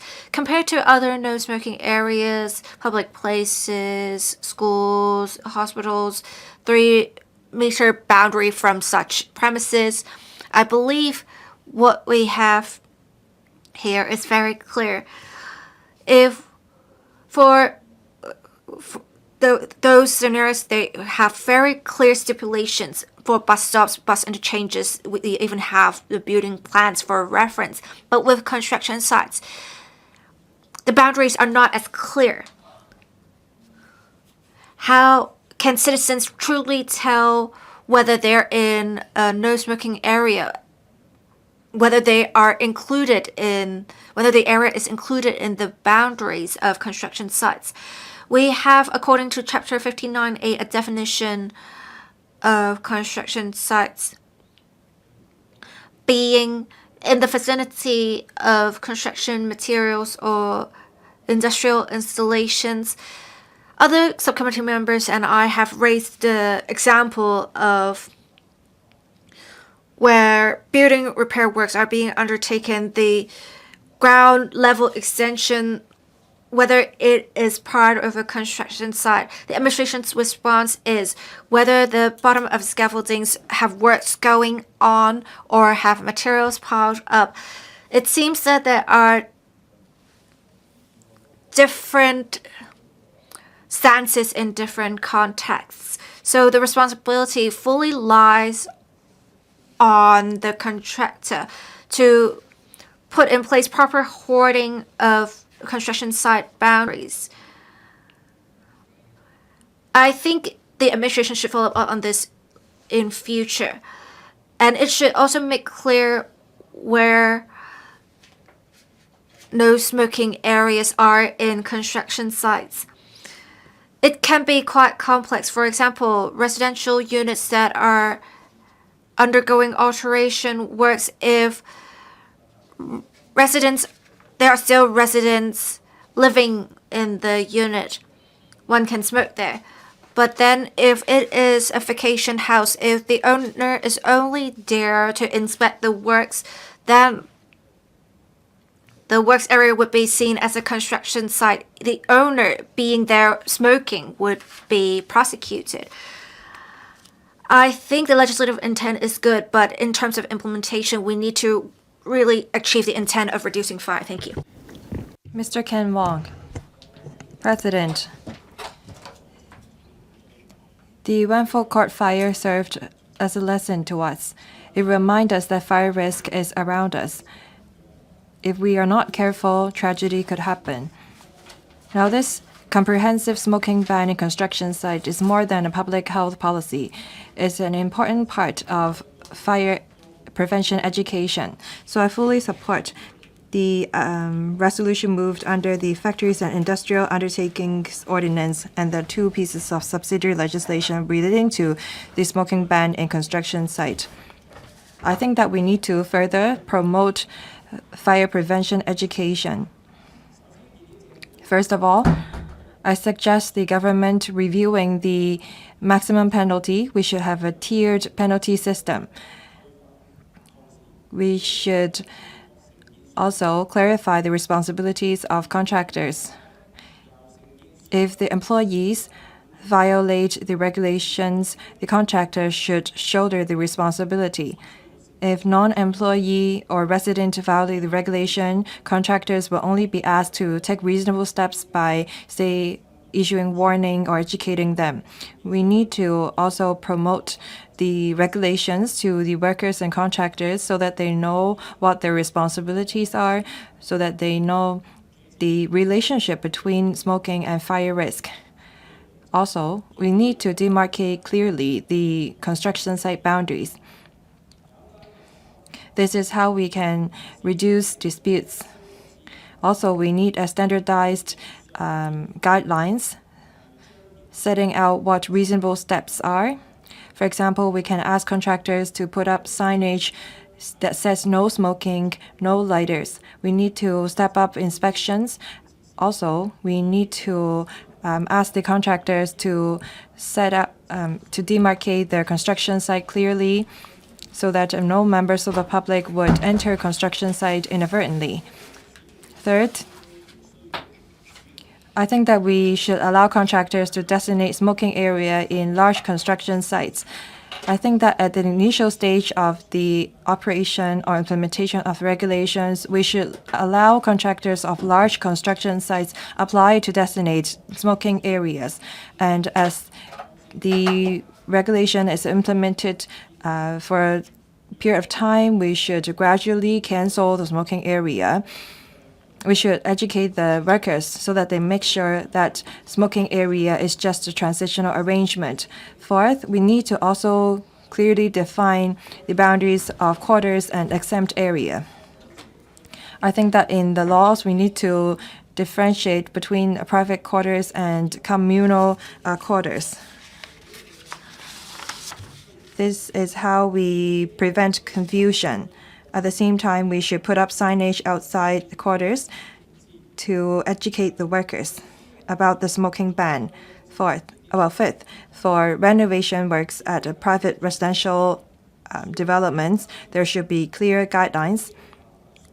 We need to tell the residents about the no smoking area during renovation period. We need to remind residents that smoking ban is just there to protect themselves and their neighbors. Sixth, we need to enhance enforcement and interdepartmental collaboration. We should introduce technology, such as cameras and electronic reporting platform. We need to educate and train the relevant personnel so that they take enforcement action effectively. We should also establish a complaint mechanism to address concern. At the same time, we should establish an interdepartmental collaboration and report platform. Lastly, the key to the success implementation of the policy lies with how we educate the workers and a cultural change. We need to work with the Construction Industry Council to promote education. At the initial stage of implementation, we should focus on education and gradually change to strict enforcement. President, now we are about to implement the smoking ban. We need to now clarify the responsibilities and enforcement details, as well as enhance fire prevention education. This is how we protect the workers and the general public. I so submit. Mr. Kingsley Wong. Thank you, President. Members of the public have a strong consensus on implementation of smoking ban in construction sites. After the regulation come into operation, contractors will need to take all reasonable steps to make sure that no one smokes in the site. Otherwise, they will be fined $400,000. I think that's deterrent enough. Starting from the 17th of July this year, anyone who smokes in construction site will be fined $3,000. This is a fine that has been adjusted, having taken on board people's views. I commend them for that. I hope that for other policy bureaus, when they work on issues relating to the livelihood of grassroots people, they will step up communication with trade unions and workers. I think it's necessary for us to designate no smoking area. According to the Construction Association's study, over half of the interviewed workers support the ban. Of course, we also need to encourage workers to quit smoking. We need to step up smoking cessation program.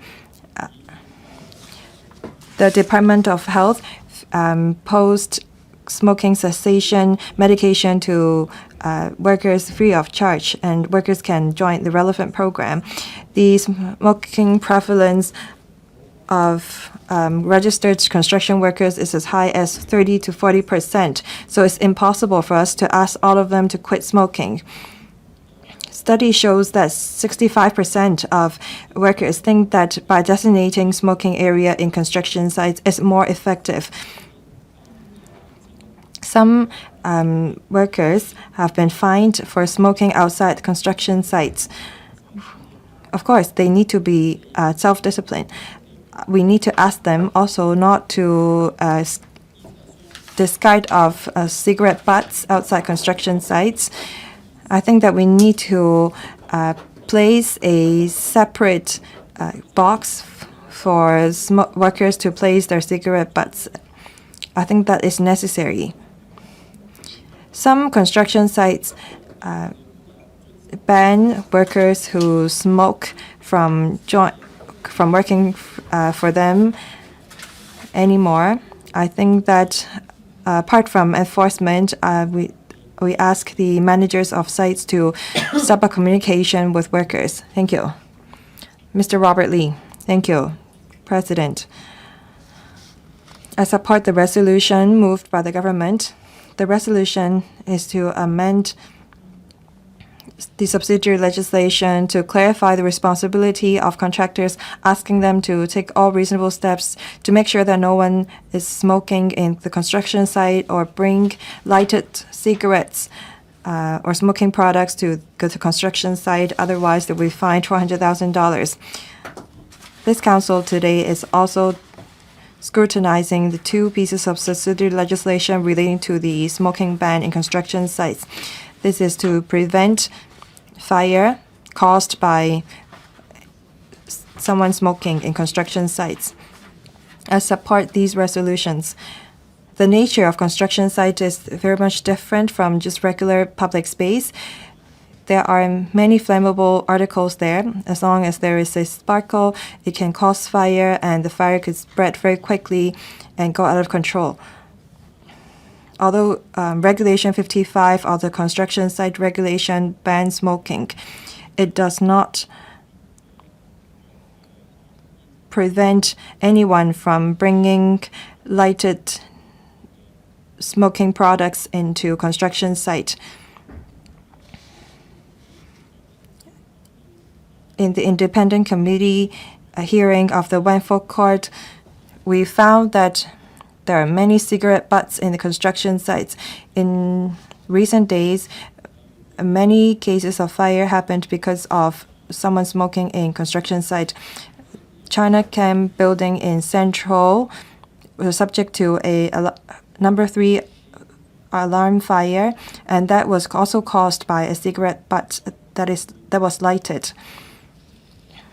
Fire that happened in construction site will not only destroy the structures, causing economic loss, it will also cause loss of life and property, which is irreversible to the society.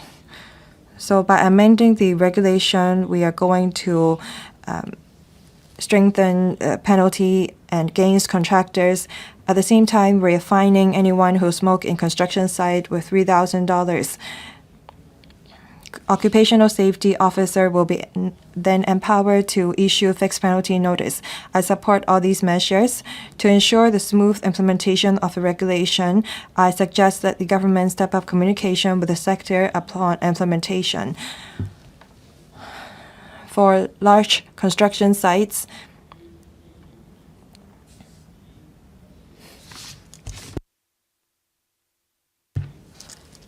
we need to clarify which area is no smoking area. I think that the government need to further explain to the sector about the new regulation. They need to issue clear guidelines to the trade. The trade is concerned about whether the $400,000 fine against the contractors is too much higher than that for smokers. That is only $3,000. The administration explained that $400,000 is just the maximum fine. The actual fine to be handed down will be decided by the court. It does not mean that anyone who violates the regulation will be subject to $400,000. I hope that the administration will make sure that as long as the contractors have taken all reasonable steps, they will not be subject to a heavy fine. I think also the government need to review whether they have enough manpower to take enforcement action in the future. The government should consider deploying manpower to conduct a price check at construction sites against anyone who bring lighter smoking products into construction sites. This is how we enhance deterrent effect of the regulation. The government also need to dedicate additional manpower to receive and handle complaints. These complaints need to be followed up on immediately to enhance effectiveness of enforcement. President, there have been many fire incidents that happened because of lighter cigarette butts. I think that this is a lesson for us. I think that the government need to work with the trade to improve the enforcement details. They need to enhance inspection so that the smoking ban can be implemented effectively. This is how we prevent the same incident from happening again. I so submit. Professor Chen Kong. Thank you, President. I speak in support of the proposed resolution. In November last year, a fire broke out in Wanford Court, and since then, there's been a strong consensus in the community for a comprehensive smoking ban on construction sites to be introduced. I'm happy to learn that the government has heeded the views very quickly. It has now come up with 3 proposed amendments to introduce a ban. I think that the ban can help reduce fire hazards in construction sites and offer greater protection to the lives and properties of workers. From health perspective, quitting smoking can help bring health back for construction workers. So I support the comprehensive smoking ban. But in terms of the proposal as well as implementation arrangements, I'd like to highlight a few of my concerns. First, in relation to the definition of construction site and the demarcation of boundaries.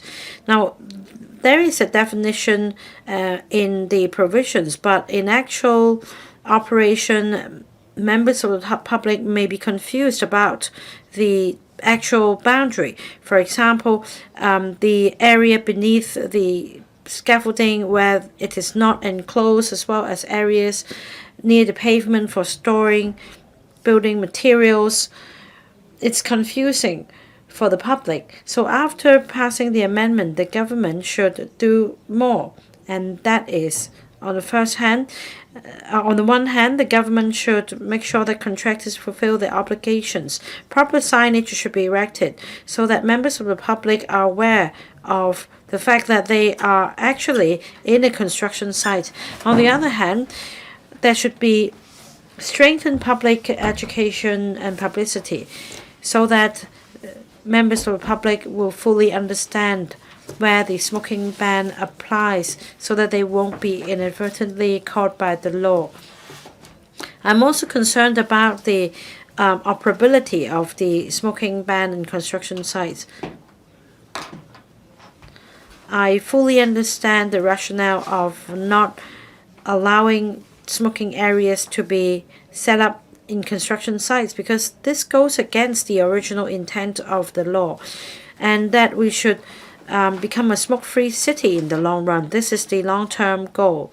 However, for large construction sites such as the third runway system of the airport as well as the northern metropolis, the construction site is so big that a construction worker who wants to smoke outside of the site may need to take an hour's journey in order to do so. This will only drive workers to smoke in hidden corners, and this is not something we want to see.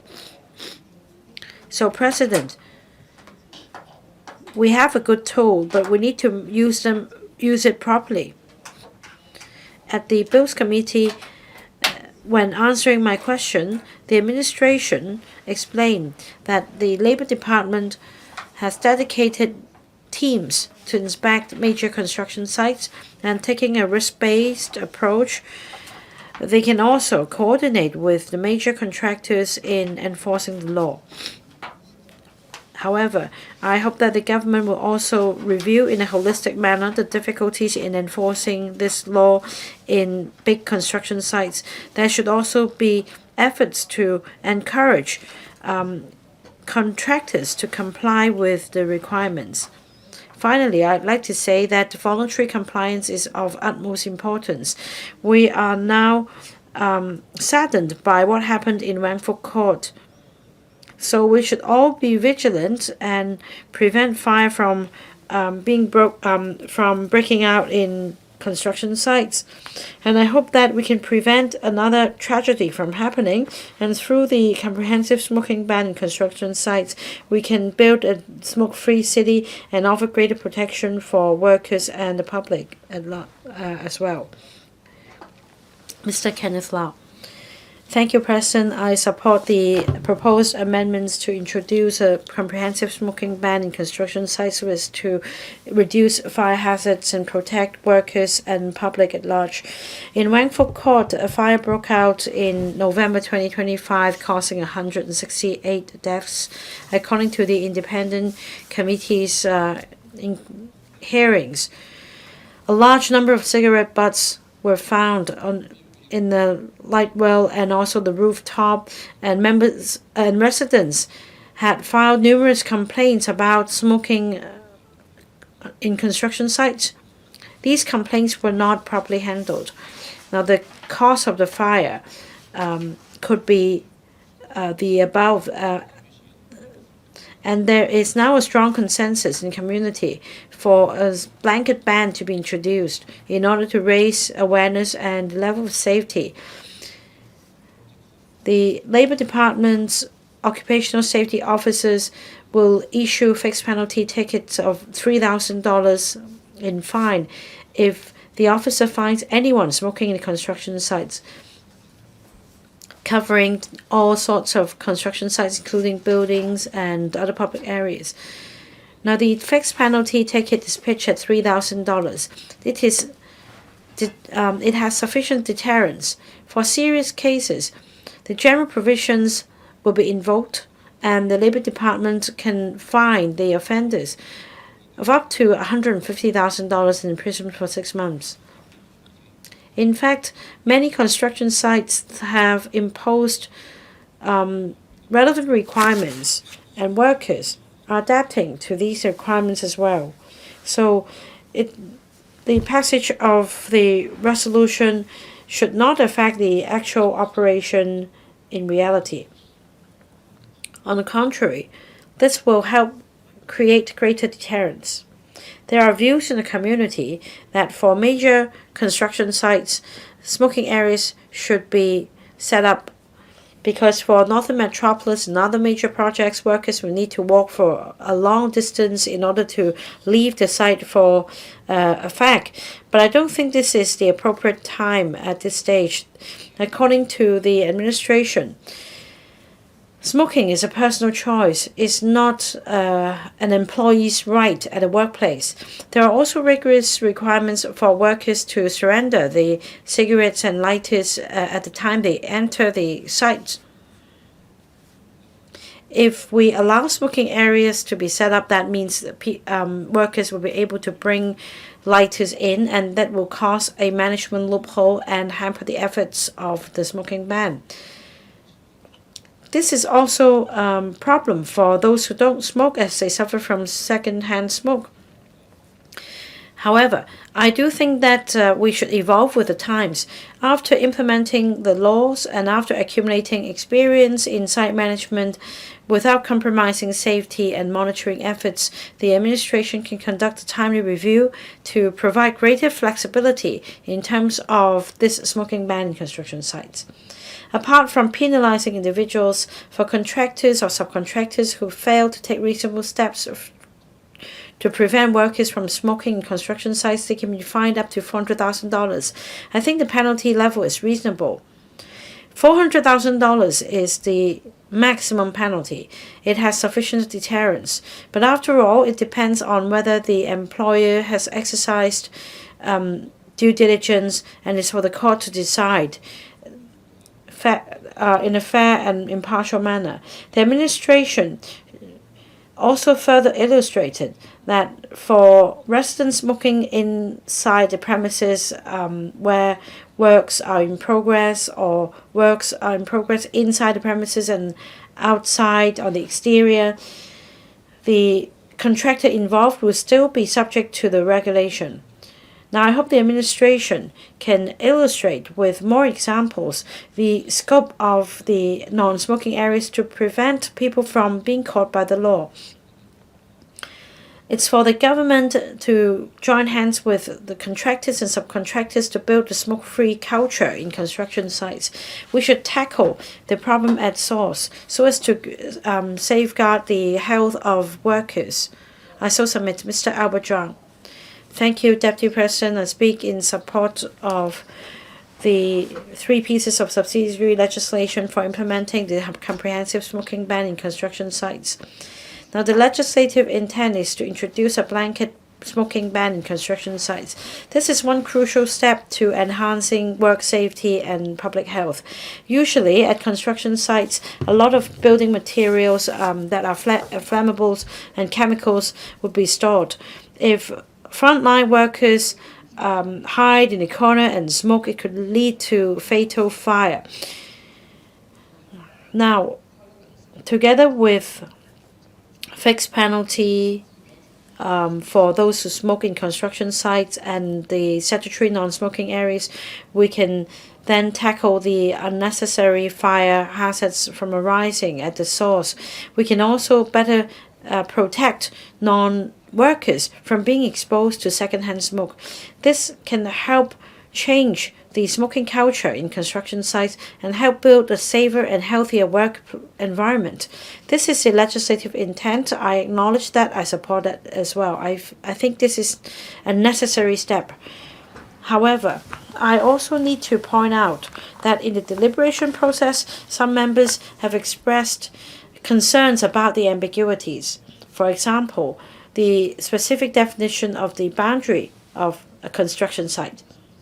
Although the administration considered that the legal definition is very clear, in practice, there may be still a lot of ambiguities. For example, when it comes to exterior works or buildings, scaffoldings may be erected, but the pavement on the ground beneath the scaffoldings may still be open for use by the public. There may also be building materials or bamboo scaffolds being placed temporarily in the public area where public will have access. So this is a gray area. It's questionable whether members of the public will be caught by the law if they smoke there. Say for renovation projects involving the whole estate, how do we distinguish non-smoking areas from exempted areas? And for home renovations, for example, how do we draw a line between non-smoking areas as well as areas used for residential purposes? This will cause confusion among contractors, subcontractors, and the public, and this may also hamper the law enforcement efforts. Now, I have the following suggestions to iron things out.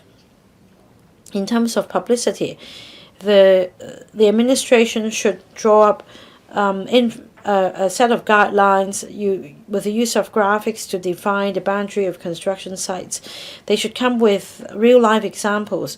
For example, when it comes to home renovation, exterior renovation of buildings, and also the use of pavement downstairs, the guidelines should come with different scenarios with 3D simulation diagrams and multiple languages so as to illustrate the exact boundaries of construction sites.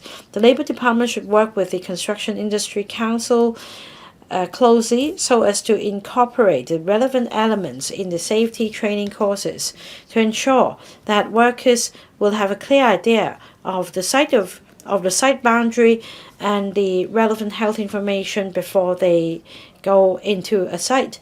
In terms of law enforcement, the administration should draw up guidelines on what reasonable steps mean. For example, would it suffice if technology is deployed, such as smart cameras, smart safety helmets, a centralized management platform, etc.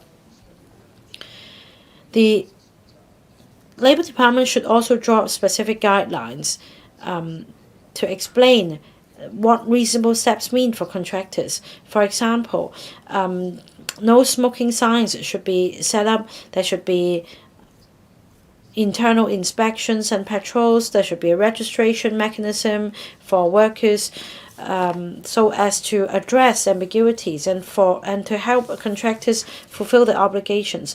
For big construction sites, the administration should consider setting up smoking areas so that workers do not need to hide in the corner to smoke, and this will help reduce disputes. Mr. Alan Chen. Or Mr. Nick Chen. Deputy President, I speak in support of the motion proposed. We have different serious scaffolding fires in recent years. It has attracted widespread concern. According to the preliminary findings of the investigation into the Wangfu Court fire, it is believed that a lit cigarette butt had started the fire. It once again sends a warning to us that a small cigarette butt can cause such a major fire. In fact, construction site fires are not isolated incidents. Between 2020 and 2024, we have 29 grade 3 or above fire alarm fires, and 4 of them happened within construction sites. So it is 13.7% of the total. In 2025, there were at least 10 scaffold fires. Many of them were related to cigarette butts left behind by construction workers. In fact, sparks can be caused by general welding procedures or cutting procedures, and a fire can be caused through such works alone.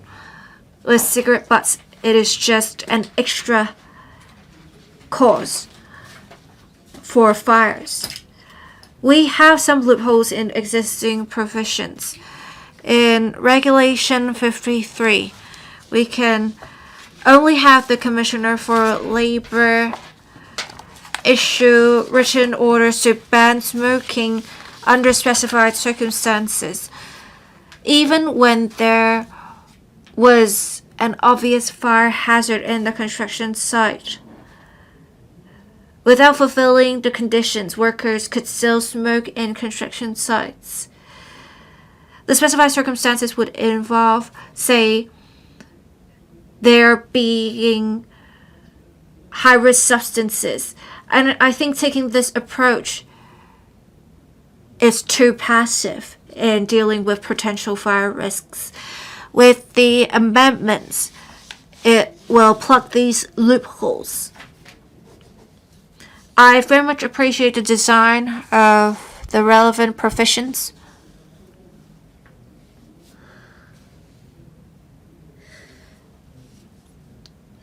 The administration would no longer impose specifically restrictions based on the existence of flammable substances. There instead is a restriction on cigarette butts being in construction sites, as construction sites are designated as no smoking areas. I appreciate that. There are also provisions to empower occupational safety officers in taking enforcement action. It is deterrent. There are also specific penalties and responsibility chains in the provisions to enhance accountability of management personnel. I believe with this three-pronged approach in the provisions, it should reduce the risk of fire caused by improper disposal of cigarette butts. As other electrical members said, some details warrant concerns. Say, if buildings are undergoing repair works, would residents still be able to smoke, or would the premises be designated as a no smoking area? I think we need to make clear of what the administration stance is in different scenarios. A single cigarette butt, a single minor negligence can cause a huge fire, as we saw before. We need to take a prevention-oriented approach. I therefore support the motion proposed by the Deputy President. Ms. Chen Hao-yen, your microphone is not on. I know you have worn your microphone. 1, 2, 3, testing. Is it all right? Yes. Thank you, Deputy President. With these amendments, they respond to the reasonable expectations of society of fire safety. We already have a consensus. We need to make clear the implementation details. We want to have deterrent penalties in law. I support the legislative amendments, and I support the administration's decision for not putting in place a grace period. One of the major disputes is whether we should have smoking areas in construction sites for workers. The administration expressed objections. The reasons were clear, and I support them. I think with the designation of smoking areas within construction sites, it sends the wrong message that smoking is allowed in construction sites. It may cause some difficulty in enforcement, but we need to understand there may be the issue that workers would think it is inconvenient to smoke. They would choose to smoke in some corners of the construction sites, and if it results in late detection of a fire, it may cause serious consequences. It shows how important enforcement is. The Labor Department must communicate closely with contractors to make sure we have clear notices, install CCTV cameras in corners, dark corners, and have that tie in with random inspections so that workers won't try to test the law. With the Labor Department, as long as there are photos and videos that can clearly identify the relevant workers and construction sites, it can take enforcement action. It ensures effectiveness of enforcement. I think we understand that smoking causes bad health.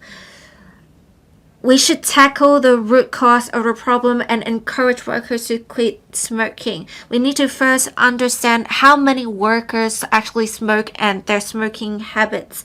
I asked the administration during the subcommittee meetings what's the latest smoking rate in the construction industry. And apparently the last official survey was in 1999, 27 years ago. If we don't even have accurate data in this regard, how can the administration formulate targeted measures to encourage people to quit smoking? I think the administration needs to collect the latest data to see what the current percentage is to formulate targeted measures and measure the effectiveness of relevant measures. Many NGOs have been promoting smoke cessation programs on the front line in construction sites. There are different aids such as stickers or some Chinese medicine solutions, but after all, the withdrawal symptoms can be quite strong early on, and as workers have to work under unfavorable conditions, they would think it is really hard for them to quit smoking. The construction industry actually supports workers in quitting smoking. Can the administration work with the sector to provide more breaks for workers who are trying to quit smoking or provide some sort of incentives to them. I also want to talk about the future directions for dealing with smoke cessation. What we have here in legislative amendments is just to tackle the fire hazard. But fires don't only happen in construction sites. In fact, in my Mayfu office, we see people discarding their cigarette butts out of the buildings, and if some leaves are lit up, it can cause a fire. And I note in Australia, in different states, we would have a much harsher fine than general improper disposal of waste with the disposal of cigarettes. I think we can really refer to this experience. Thank you. I so submit. Mr. Jonathan Leung. Thank you. President, we had different members express views on the amendments. I think we all agree it is important to ensure safety. I have served as a district councillor before. I have talked to different construction workers. After I told them who I was, they did not have good things to say. But then afterwards, they told me how they thought, what their thoughts were, and most of the workers didn't think about quitting smoking. They would just try to go outside construction sites to smoke. I would try to tell them not to smoke at all. And we have seen in many construction sites implementing relevant rules, and we have a bunch of workers smoking outside the entrance of construction sites, and they would just go on smoking breaks. They don't think about quitting smoking. And especially for the Southern District, which I serve, the pavement is less than 1 meter in width, and we have many elderly persons and friends and children just walking along those pavements, and unfortunately they will be subject to secondhand smoke while they're walking on the pavement. If we see workers are not quitting smoking, can we have some control measures at the entrances of construction sites to protect the general public, the elderly persons and children, so that they won't be subject to smoking? Mr. Xiu Ka-fai. Thank you, President. Regarding this regulation, we're not going to object to it. Smoking in construction site, especially when the construction site is buildings under maintenance, is dangerous. We have seen videos of construction site workers smoking. This is definitely not ideal. I've watched those videos. If workers are working on flammable paint and if they smoke, fire could result. So I support the overall direction of the regulation. I was part of the subcommittee. Members of the subcommittee were mostly concerned about the fine and penalty level. Mr. Aaron Bok was concerned about the heavy fine contractors are subject to. I know that the government wants to ensure that the fine and penalty is deterrent enough, but the government need to understand that not all employers are present in construction site at all time. However, I know that they need to be cautious and careful. Regarding designation of smoking areas in construction site, the FTU has talked about this many times. Some construction sites are small. Workers that work in those sites can just take a lift down to the entrance of the site to smoke. We see workers outside the electrical complex smoking. They don't affect anyone. We're fine with it. But if the construction sites are so large that it's almost impossible for people to just leave it and smoke, like the one in the 3-1-way system, construction site workers have to either just find a hidden corner to smoke or just quit smoking. I think that we should allow contractors to designate a smoking area in large construction sites. I know that we are rushing to pass the subsidiary legislation. It may not be able, but the government may not be able to fine-tune all the details. But I think that in time, the government should consider allowing construction site workers to smoke in certain areas if the site is large enough, like the 3-1-way systems. I know that we need to enhance people's fire prevention awareness. That's why we have this regulation.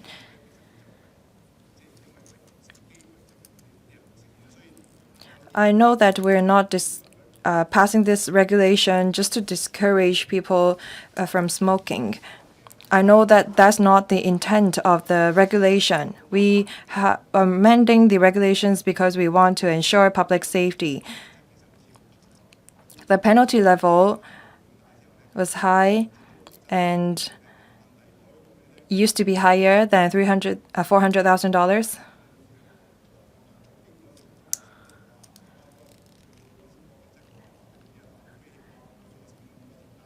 Ms. Chan Hao-yan and I were scolded by some construction site workers. In the end, the government adjusted the fine downward to $3,000. I think that's reasonable.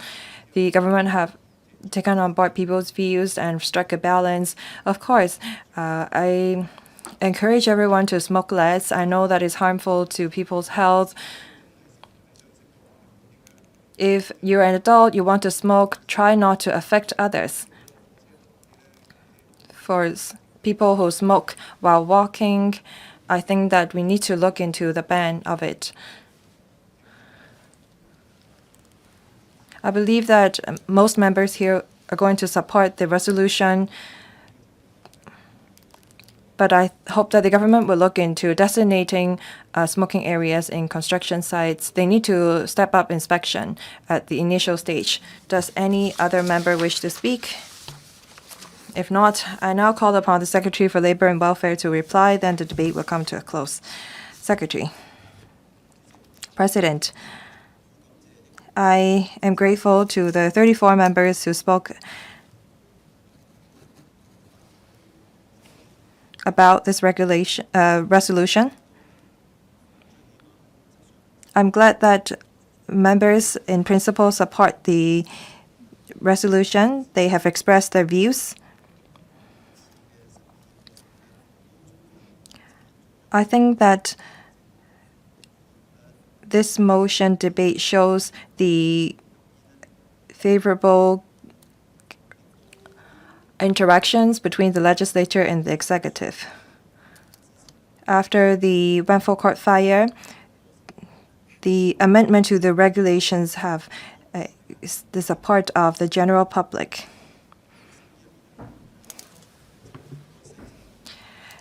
I understand that the members have concern about the details of the regulations. They have raised many questions.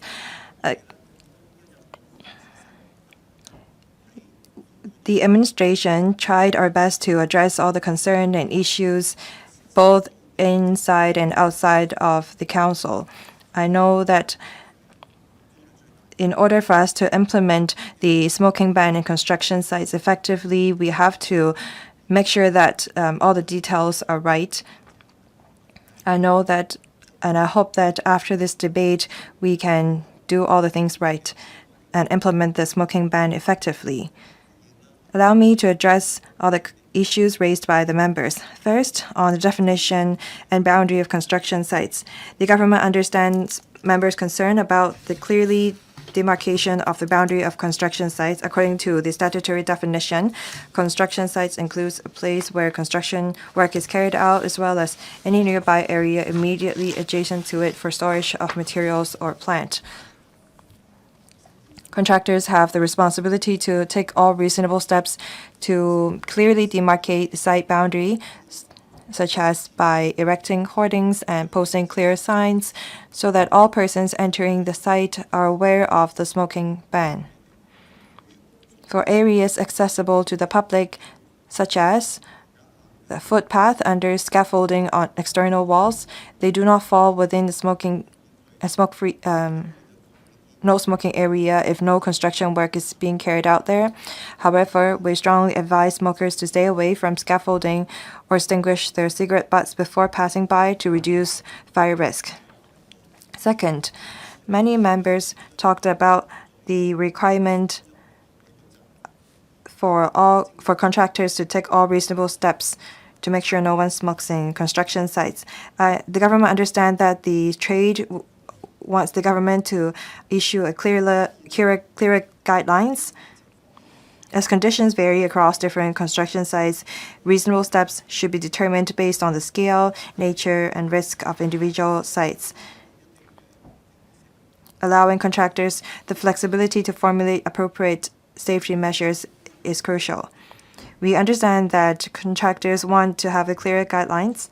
As I mentioned in my opening remarks, the Labor Department has provided a practical guide on smoking ban for the construction industry and offered feedback. The practical guide was drafted by the Hong Kong Construction Association and the construction industry stakeholders. We have read the entire practical guide, and we gave the relevant association and stakeholders our feedback. So this practical guide have made it easy for the trade to understand the requirement of reasonable steps under the legislation and how they should comply with the provisions. The construction industry is worried about the regulation. They are worried if they will break the law inadvertently. Apart from worrying about the penalty, they are also worried about the impact on the tender assessment. Hopefully, through providing feedback to the trade, we have offered them a clear guidelines on how they should comply with the laws.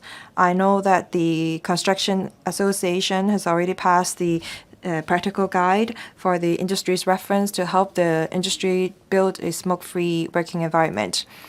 A contractor's responsibility to manage smoking behavior covers the entire site, including their employees and other persons entering the site, including delivery workers. Generally speaking, if a contractor has taken all reasonable steps in accordance with the practical guide on smoking ban for the construction industry, and the incident is merely an isolated act of non-compliance by an individual, the contractor does not need to worry about incurring criminal liability. Now, on penalty, my impression is that the members are speaking out for the contractors. It seems that members here think that $400,000 fine for the contractors are too much higher than that for the workers, which is just $3,000.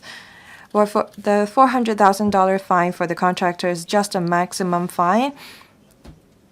The government is just the ones to initiate prosecution as to whether or not there will be an conviction, as to how much the fine will be handed down. It's up to the court. Contractors have the duty to supervise and oversee their construction sites. They need to make sure that they have taken all reasonable steps to prevent anyone from smoking in their construction sites. The fine to be handed down is up to the court. For the $3,000 fine for the construction site workers,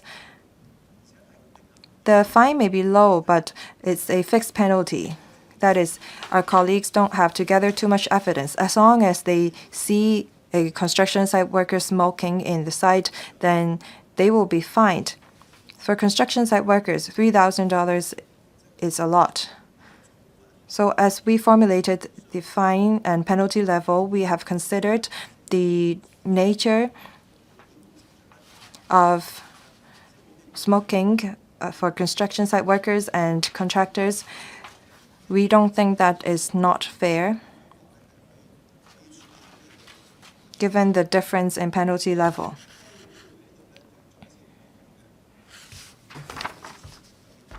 For serious cases, say for example, if employees smoke near highly flammable materials which pose a severe fire risk, a catastrophic fire risk, the Labor Department will consider instigating prosecution by invoking the general duty provisions. Upon conviction by the court, a maximum fine of $150,000 and imprisonment of 6 months may be imposed. Some members suggest designating smoking areas within larger construction sites. As we scrutinized the amendment regulations, we've looked into it, and the government have given clear response. After careful consideration, the government is of the view that it's inappropriate to designate smoking area within construction site. Allowing smoking areas to be set up on site would run counter to the original legislative intent of designating construction sites as no smoking area to reduce fire risk. Let me explain to members our way of thinking. We thought about whether we should designate smoking areas within construction site. I think this has to do with our administrative-led approach. Under this approach, we ask the contractors to shoulder responsibility. And the government should be the one to decide whether we allow contractors to designate smoking areas after listening to the views of the members.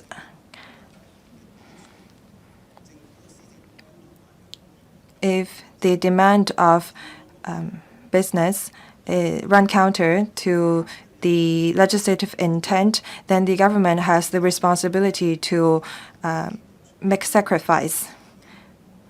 We are of the view that our legislative intent of imposing the smoking ban should override the convenience of workers. So I ask members to understand the difficulty that we face. On the one hand, we want to take strict enforcement action. On the other hand, if we designate smoking area, it will make our enforcement action difficult. So we need to make a sacrifice and we need to strike a balance. Second, the community want us to impose smoking ban in construction sites as soon as possible. If in the legislation we do not allow contractors to designate smoking area, it's impossible for us to redefine no smoking area. And it will take a long time for us to complete the scrutiny of the regulation. The community wants us to impose a comprehensive ban of smoking in construction sites, so I'm of the view that the executive and the administration need to impose the ban now. I know that the suggestions of the members are reasonable. As we implement the ban, we will listen to reasonable requests from the trade. I thank members for raising all these good suggestions.